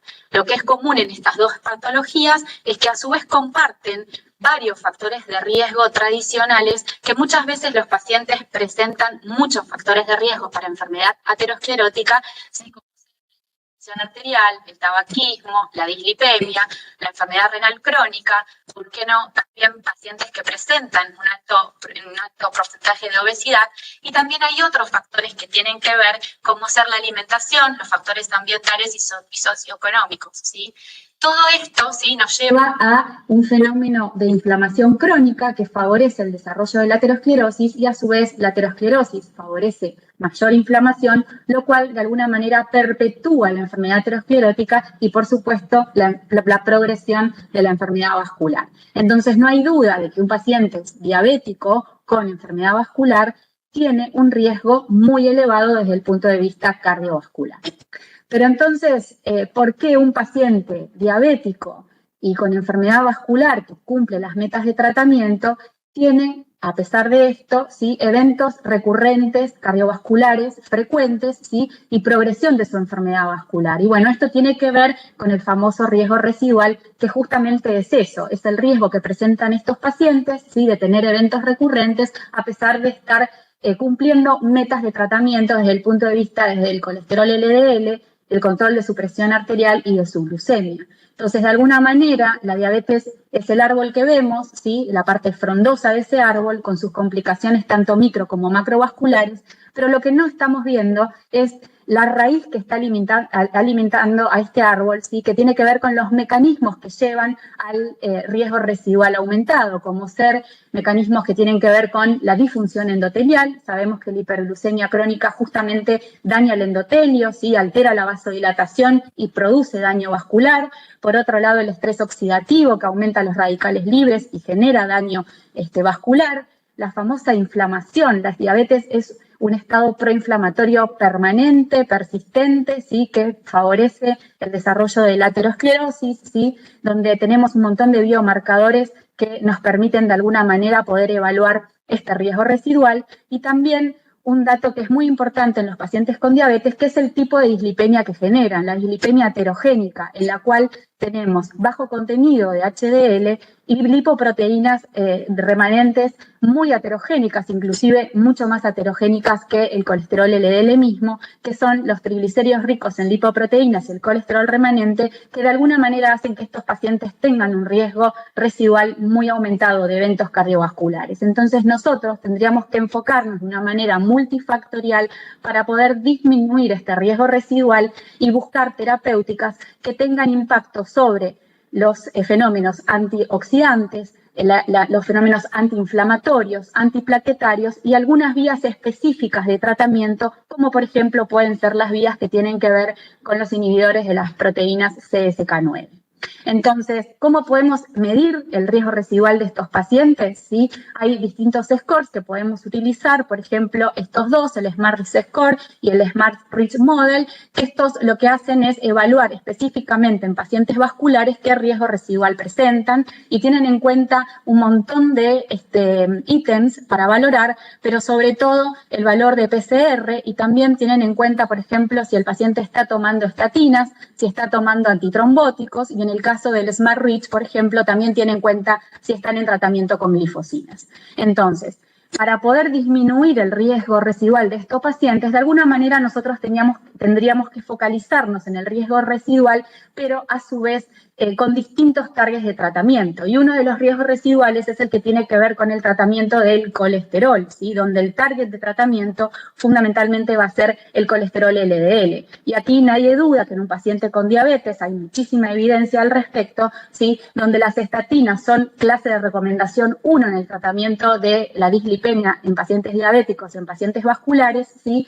Pero que muchas veces estos pacientes no están utilizando las dosis recomendadas de estatinas y no cumplen las metas de tratamiento. Y si las cumplieran y necesitáramos mejorar su riesgo residual, podríamos tener en cuenta su asociación con ezetimibe. Y por supuesto, las terapéuticas de inhibidores de la proteína CSK9 que disminuyen de manera aún más marcada con estatinas, ¿sí? El nivel de LDL. Y por supuesto, el ácido bempedoico, ¿sí? Que es una nueva terapéutica que junto con ezetimibe y con estatinas, disminuye también no solo el valor de LDL, sino también el colesterol no HDL, la ApoB, y también ha disminuido en los estudios la proteína C reactiva. Si tuviéramos que hacer target de tratamiento en la dislipemia heterogénica de estos pacientes, tendríamos que focalizarnos, por ejemplo, en las terapéuticas que tienen que ver con los ácidos grasos, omega 3, ¿sí? O terapéuticas un poquito más específicas que quizás son muchísimo más costosas y que no están ampliamente disponibles, sobre todo en países como el nuestro. Otro riesgo residual que deberíamos abordar es el riesgo antiinflamatorio, es decir, deberíamos tener en cuenta qué terapéuticas hacen target sobre la inflamación para poder disminuir el riesgo de estos pacientes, ¿sí? Las estatinas, de alguna manera, digamos, tienen su efecto pleiotrópico y como moduladores de la inflamación, ¿sí? Y, por supuesto, la colchicina, que es una droga que es bastante segura desde el punto de vista, digamos, infeccioso, que en dosis bajas ha demostrado disminuir los valores de PCR, sobre todo en pacientes que tienen un perfil, digamos, infeccioso de manera permanente. El canakinumab, la verdad es que en el estudio ha demostrado que si bien disminuía los niveles circulantes de PCR, la verdad es que el aumento de las infecciones, digamos, importantes ha hecho que las guías de prevención no lo recomienden en el tratamiento, pero también tendríamos que tener en cuenta a las glifosinas, que también tienen un efecto antiinflamatorio por su efecto sobre, digamos, la liberación de óxido nítrico y el aumento de la vasodilatación, actuando de alguna manera como moduladores de la inflamación desde este punto de vista.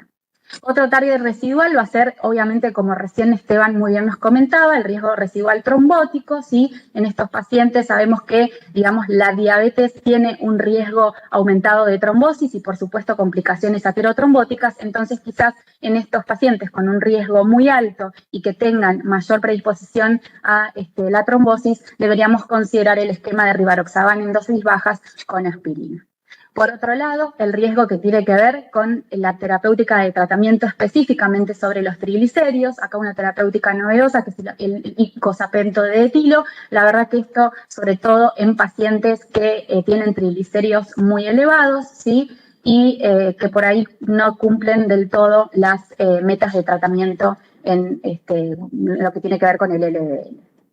En cuanto a las terapias más específicas que tienen que ver con la reducción de la lipoproteína A, bueno, los inhibidores de la PCSK9, por supuesto, el evolocumab y el alirocumab, por supuesto también el inclisiran y otras terapéuticas que son muchísimo más específicas, pero bueno, la realidad es que en medios como el nuestro son muy costosos y por lo general uno no tiene una disponibilidad en cuanto al tratamiento.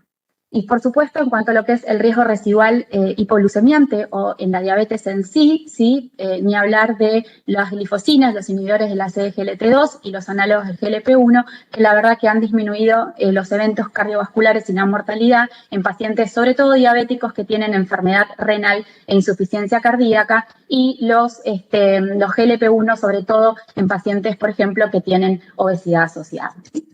En cuanto a los nuevos horizontes de tratamiento, y esto ya es algo demasiado específico que quizás es lo que vendrá, es que tenemos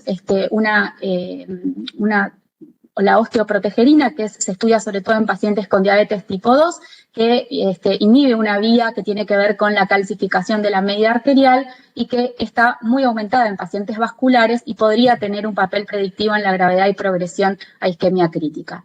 La sortilina 1 es una glicoproteína de membrana que está, digamos, implicada en el metabolismo de los lípidos, que también está presente en pacientes diabéticos con enfermedad vascular y se podría correlacionar con gravedad de la enfermedad, ¿sí?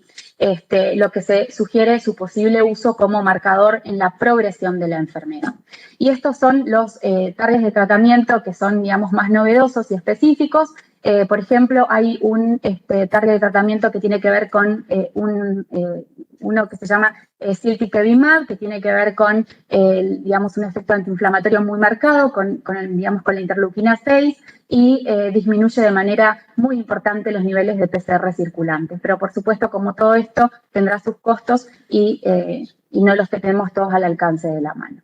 Entonces, para ir terminando, nosotros cuando queremos cambiar las estrategias de tratamiento en nuestros pacientes, primero debemos dejar de lado la inercia médica, ¿sí? Estos pacientes tenemos que ser muy agresivos con el tratamiento y debemos empezar, por supuesto, como siempre, con la alimentación saludable, con la actividad física, sobre todo en pacientes que claudican, que es muy importante que mejoren la distancia de su caminata y que lo hagan de manera regular. El cese del tabaco, estos pacientes por lo general, si fueron tabaquistas, es muy difícil que dejen el consumo o por lo general recurren, y por supuesto el descenso de peso.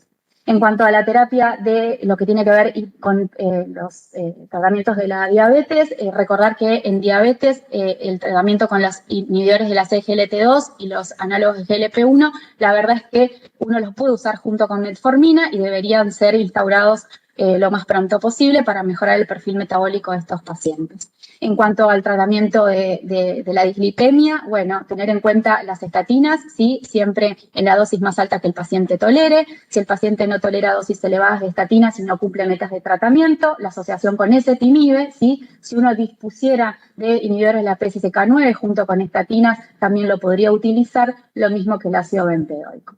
En cuanto al tratamiento antitrombótico, considerar en pacientes que tienen riesgo cardiovascular muy aumentado, las dosis bajas de rivaroxaban, ¿sí? Con aspirina. Y en cuanto al tratamiento antiinflamatorio, esto es algo que deberíamos esperar los resultados de un estudio que probablemente salga en septiembre de este año, que es el LIDAR-PAD, que está estudiando el efecto de la colchicina en dosis bajas en pacientes vasculares, así que veremos qué nos trae como resultado, y sobre todo tenerla en cuenta en pacientes que tienen un perfil, digamos, inflamatorio muy marcado, una PCR mayor de 2 o que tengan eventos recurrentes isquémicos. En cuanto a lo que se viene, que es la medicina de precisión, es esto, es terapias génicas, terapias más avanzadas, que por supuesto debemos esperar a ver si en algún momento todos podríamos contar con ellas. Pero bueno, lo más importante es tratar de, digamos, intensificar estrategias preventivas de manera personalizada, ¿sí? Y tratando de evaluar la utilidad de estas terapéuticas novedosas que nos permitan, de alguna manera, poder disminuir el riesgo residual de estos pacientes, que continúa, a pesar de las estrategias, digamos, primordiales, siendo muy elevado en estos pacientes. Gracias.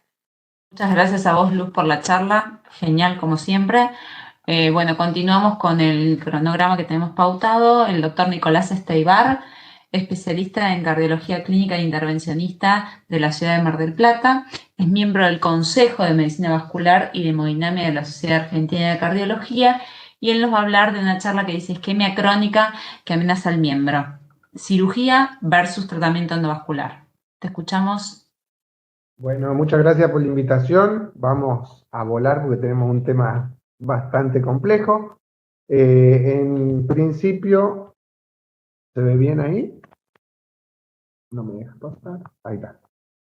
Se ve bien.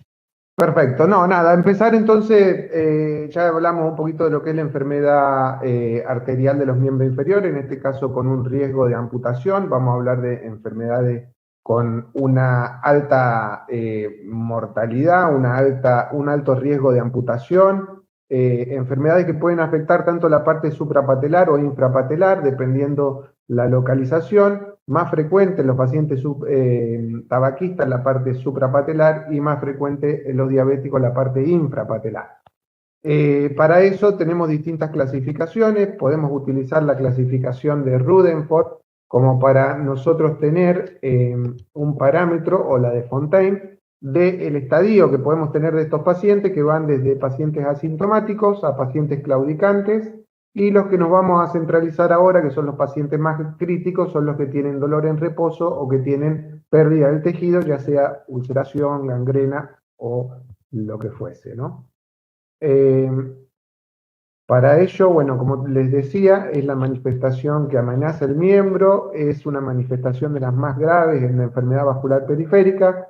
Presentan como signos la atrofia, la alopecia, el engrosamiento y la fragilidad de las uñas, la piel fría, pálida, petequia, cianosis, úlceras, gangrena. Y para eso tenemos distintos tratamientos donde nos vamos a focalizar, bueno, el tratamiento higiénico-dietético, la medicación, como tuvimos la charla anterior. Y en este caso, ver cuál es la mejor estrategia en el caso de la revascularización, ya sea por cirugía o por tratamiento endovascular.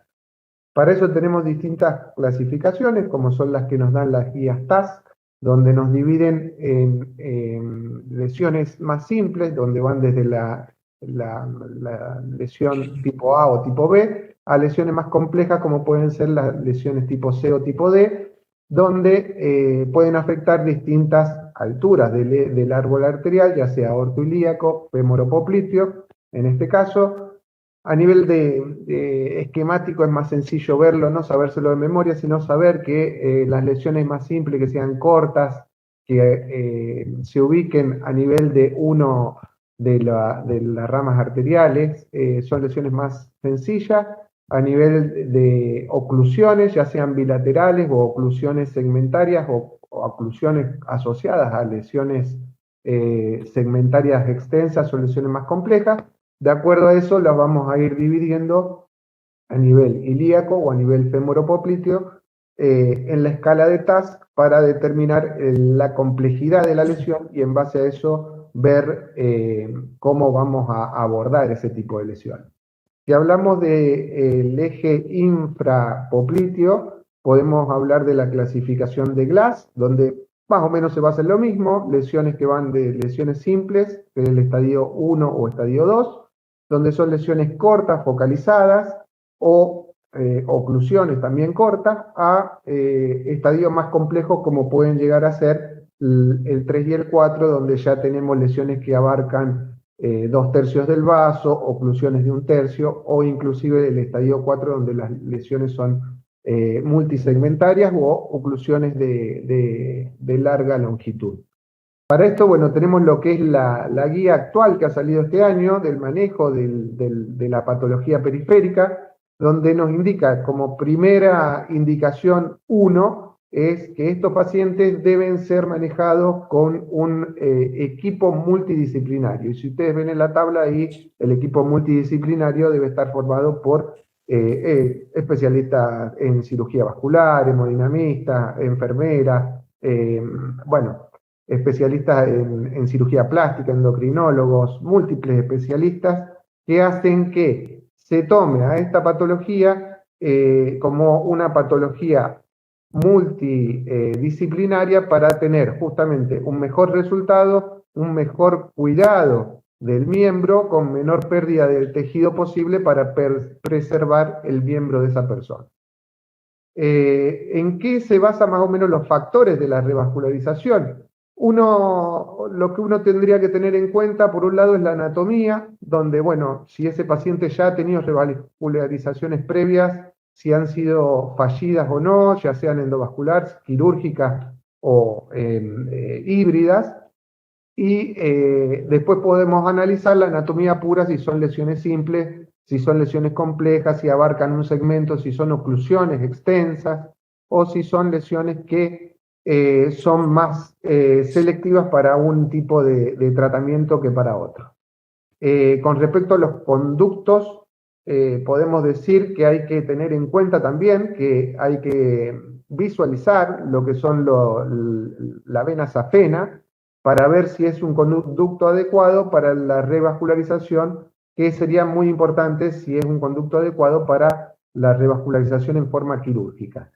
En relación a las comorbilidades, los pacientes que tienen alto riesgo, ya sea por enfermedad coronaria, por miocardiopatía, por falla cardíaca, por enfermedad pulmonar o por fragilidad, también tienen una mayor opción endovascular.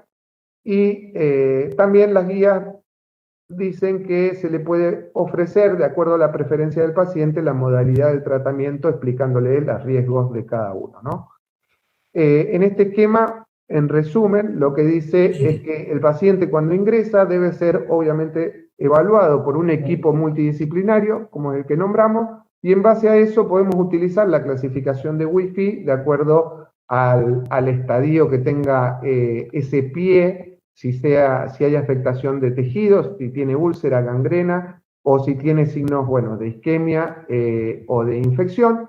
Todo eso nos va a determinar si ese pie es revascularizable o no. Nos vamos a focalizar en la parte de revascularización. Si ese pie es revascularizable, lo primero que nos dice la guía que deberíamos hacer es hacer un mapeo con ultrasonido para ver el conducto safeno si es un conducto favorable. Si es un conducto favorable, bueno, ahí se presentará el caso, de acuerdo a cómo se evalúe en el equipo multidisciplinario, y se evaluará si puede ser utilizado para cirugía, para tratamiento endovascular o un tratamiento híbrido, dependiendo del caso.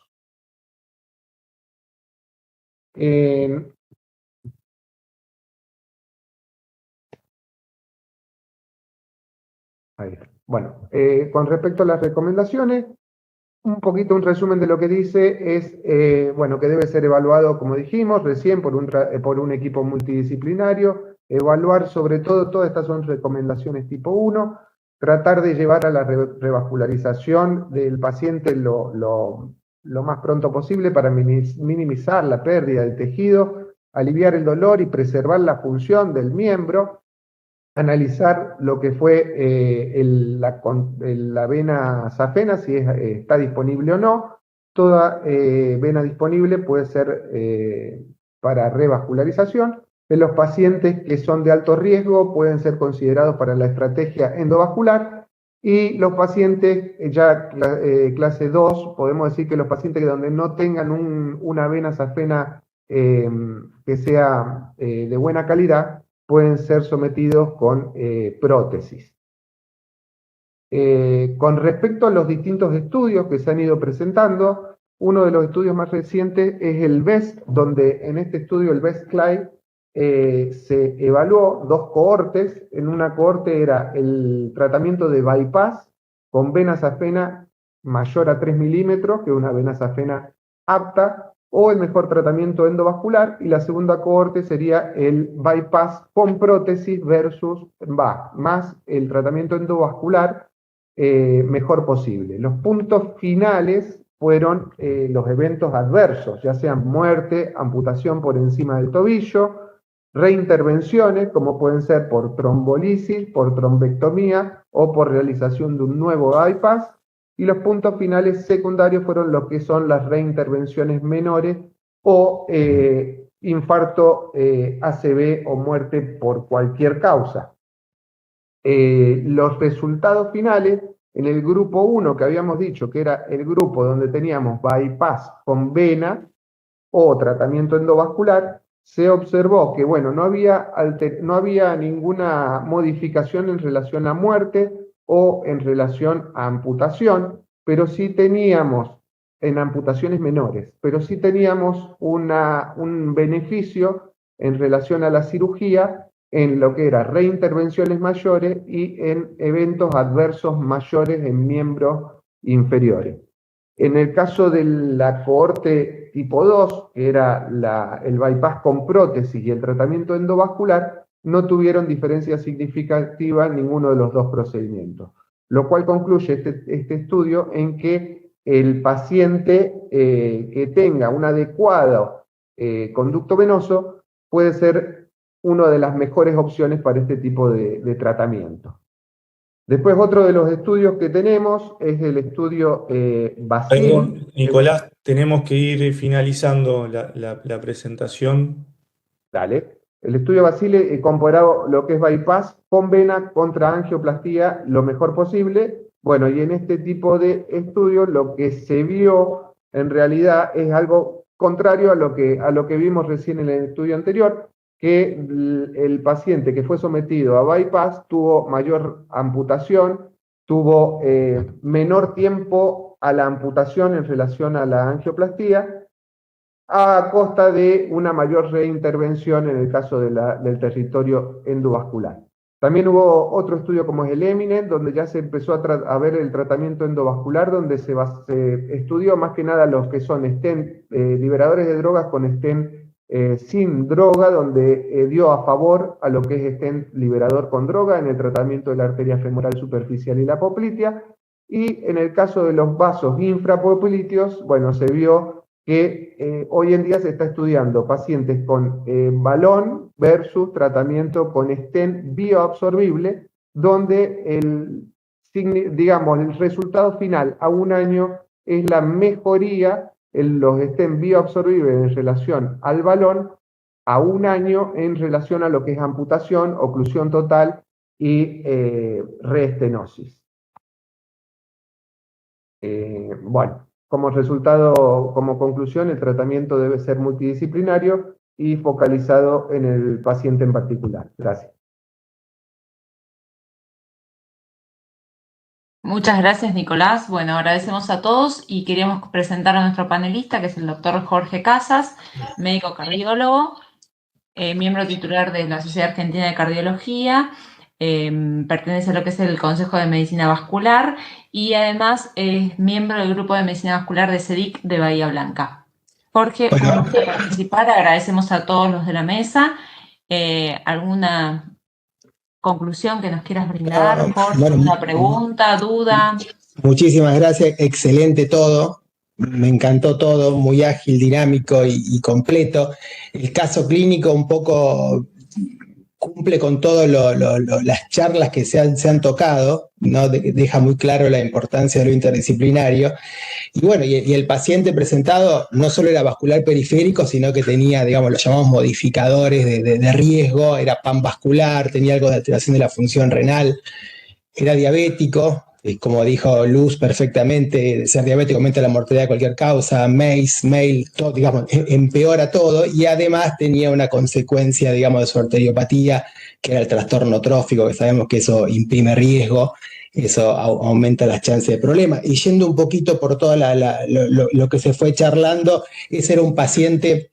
Dejó muy claro Esteban la importancia de ya dejar incorporado el rivaroxaban aspirina, y creo que me parece, mi visión es que ahí el enfoque es que hay que darlo más y entrando principalmente por el riesgo de sangrado. Riesgo de sangrado alto, bueno, vamos a la monoterapia de antiagregación, y si no es alto riesgo de sangrado, creo que el escenario para rivaroxaban y aspirina es grandísimo, tanto en lo que es el vascular sintomático como en el post-revascularizado. Así que eso lo dejó clarísimo Esteban y estuvo perfecto. Bárbaro, Luz, con lo que dijiste, lo de la diabetes, el enfoque. Esa última diapositiva fue fantástica, donde va desde el principio al final, desde lo no farmacológico, todas buscar las metas de prevención en estos pacientes de tan alto riesgo, y bueno, la importancia de los agonistas GLP-1 o los ICGLT2, que bueno, realmente han demostrado bajar MACE, y bueno, fundamental eso. Y después, lo último, excelente también el enfoque, donde queda claro que ahí, cuando tenemos al paciente que hay que revascularizar, hay que parar, equipo multidisciplinario, hemodinamista, cirujano, y ver qué es lo mejor que se le puede ofrecer. Así que, como siempre, la importancia del enfoque de los pacientes vasculares, siempre en la cardiología se le presta mucha importancia a lo que es lo cardíaco estricto, a veces se deja relegado un poco lo vascular, y es importantísimo. Así que bueno, no mucho más, felicitaciones a todos, me encantó todas las ponencias. Muchas gracias. Muchas gracias a vos, Jorge. Bueno, tenemos algunas preguntitas que se fueron realizando a través del chat. Esteban, a vos te preguntaron, en el caso de un paciente que tiene alergia a aspirina, ¿qué otro medicamento puede ser utilizado? Yo creo que la única opción que tenemos es que si uno va a hacer una combinación de terapias, usar clopidogrel, ¿no? Como monoterapia. Eso sería la mejor opción, me parece. Yo el silostazol creo que por ahí estuvo dando vueltas, o dipiriamol también, son drogas que están, pero realmente creo que hay mucha más evidencia sólida para usar el clopidogrel, entendiendo que tiene probablemente un riesgo mayor de sangrado que digamos, las otras alternativas. Me parece que son drogas mucho más nobles, más probadas. Eso sería mi acercamiento, si fuese necesario. Perfecto. Y la otra pregunta que realizó Carlos es, ¿rivaroxaban no es útil en pacientes asintomáticos con enfermedad vascular periférica? En verdad sí, pero tiene que cumplir ciertos criterios. Tiene que ser enfermedad panvascular específicamente, pero no son el grupo que mayor beneficio tiene. Esto es sacarlo. Sí, es un paciente que tiene enfermedad coronaria y enfermedad vascular periférica, cumplía los criterios de COMPAS, que era mayor de, si era menor de 65 años, tenía que tener algunas como diabetes o algunos factores de riesgo, sí funciona. Pero no son del grupo de mayor riesgo, específicamente del estudio COMPAS. Entonces, cuanto más sintomático, mejor. Cuanto más comorbilidades, mejor. Esteban, te hago una última pregunta. Remarcaste perfecto, la isquemia crítica es un estadio final y grave de la enfermedad arterial de miembros inferiores, y muchas veces, en la gran mayoría de los casos, está asociada a muchas comorbilidades, enfermedad renal, pacientes más añosos. ¿Qué recaudos deberíamos tener a la hora de indicar un esquema COMPAS Voyager en pacientes añosos y con enfermedad renal crónica. Yo, para no extenderme, creo que hiciste una pregunta genial, Fernando, y realmente para no extenderme mucho la mayor incidencia de sangrados en estos pacientes son gastrointestinales. O sea, que la mayor diferencia con el rivaroxaban viene con los gastrointestinales. Entonces, me parece que es tratar de mejorar todos los factores de riesgo que pueda haber el paciente. Por ejemplo, vamos a las cosas normales, pero reevaluar todas las medicaciones que toma el paciente específicamente. La aspirina no se va a poder sacar porque es parte de esto, pero si el paciente está tomando AINES, que los evite.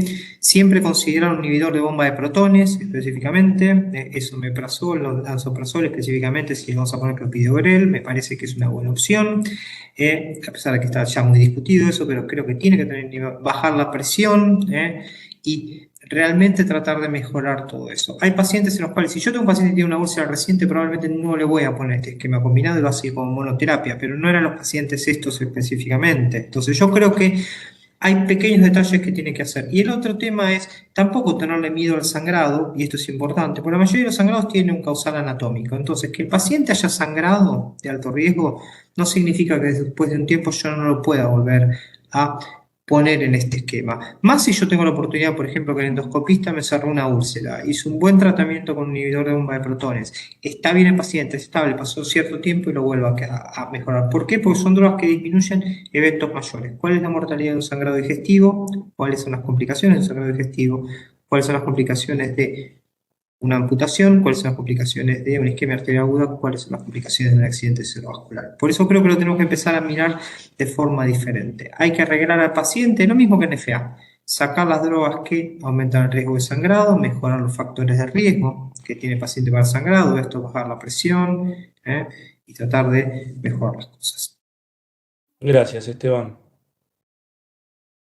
Teníamos... Gracias, Esteban. Tenemos dos preguntitas para Luz. Sí. Una es si la colchicina es útil en pacientes vasculares periféricos sin enfermedad coronaria, Luz.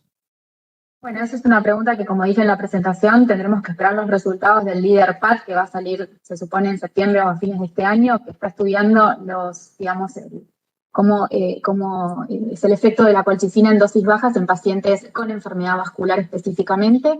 Así que, bueno, veremos. Pero hoy en día la colchicina es una indicación clase 2B, sobre todo en pacientes se podría considerar, no es una indicación establecida, pero uno la podría considerar en aquel paciente que tiene un riesgo inflamatorio, digamos, importante, una PCR mayor de 2 y que tenga, digamos, eventos isquémicos recurrentes.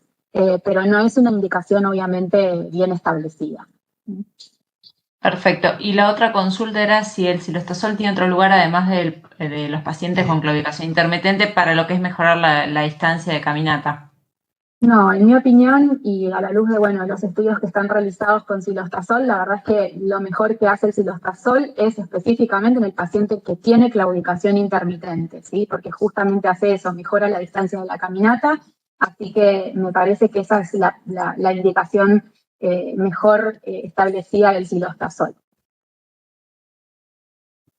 Muchas gracias, Luz. Tengo una pregunta para Nicolás. Nico, a propósito de este caso, que era un paciente que se había presentado con isquemia crítica y compromiso de la arteria femoral común, que suele ser un sitio especial a la hora de pensar la forma de revascularización. ¿Qué mensaje vos dejarías para consideraciones a tener en cuenta a la hora de elegir cirugía o endovascular en este sitio anatómico? Bueno, Fer, en este caso en particular, justo que presentaron en un paciente panvascular con múltiples enfermedades, diabético, hipertenso, infarto, bypass, CDI, miocardiopatía dilatada, era un combo de alto riesgo donde generalmente los pacientes que son de alto riesgo siempre uno prioriza el tratamiento endovascular, ¿no?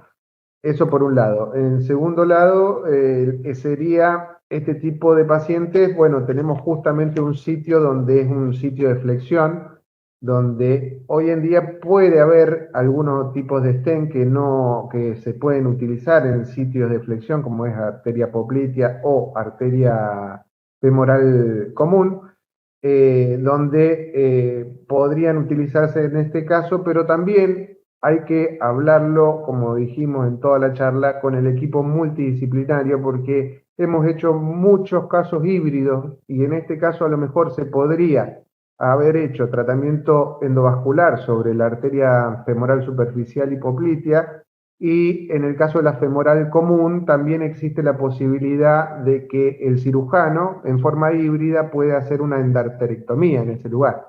Y eso hoy en día con estos pacientes tan complejos se puede resolver favorablemente y a lo mejor evitar una complicación a futuro con un stent en ese sitio, ¿no? Perfecto, Nicolás, clarísimo. Creo que no tenemos más preguntas del público, ¿no, Karen? No, Fernando. Bueno, nuevamente agradecer a todos por la participación, excelentes disertaciones.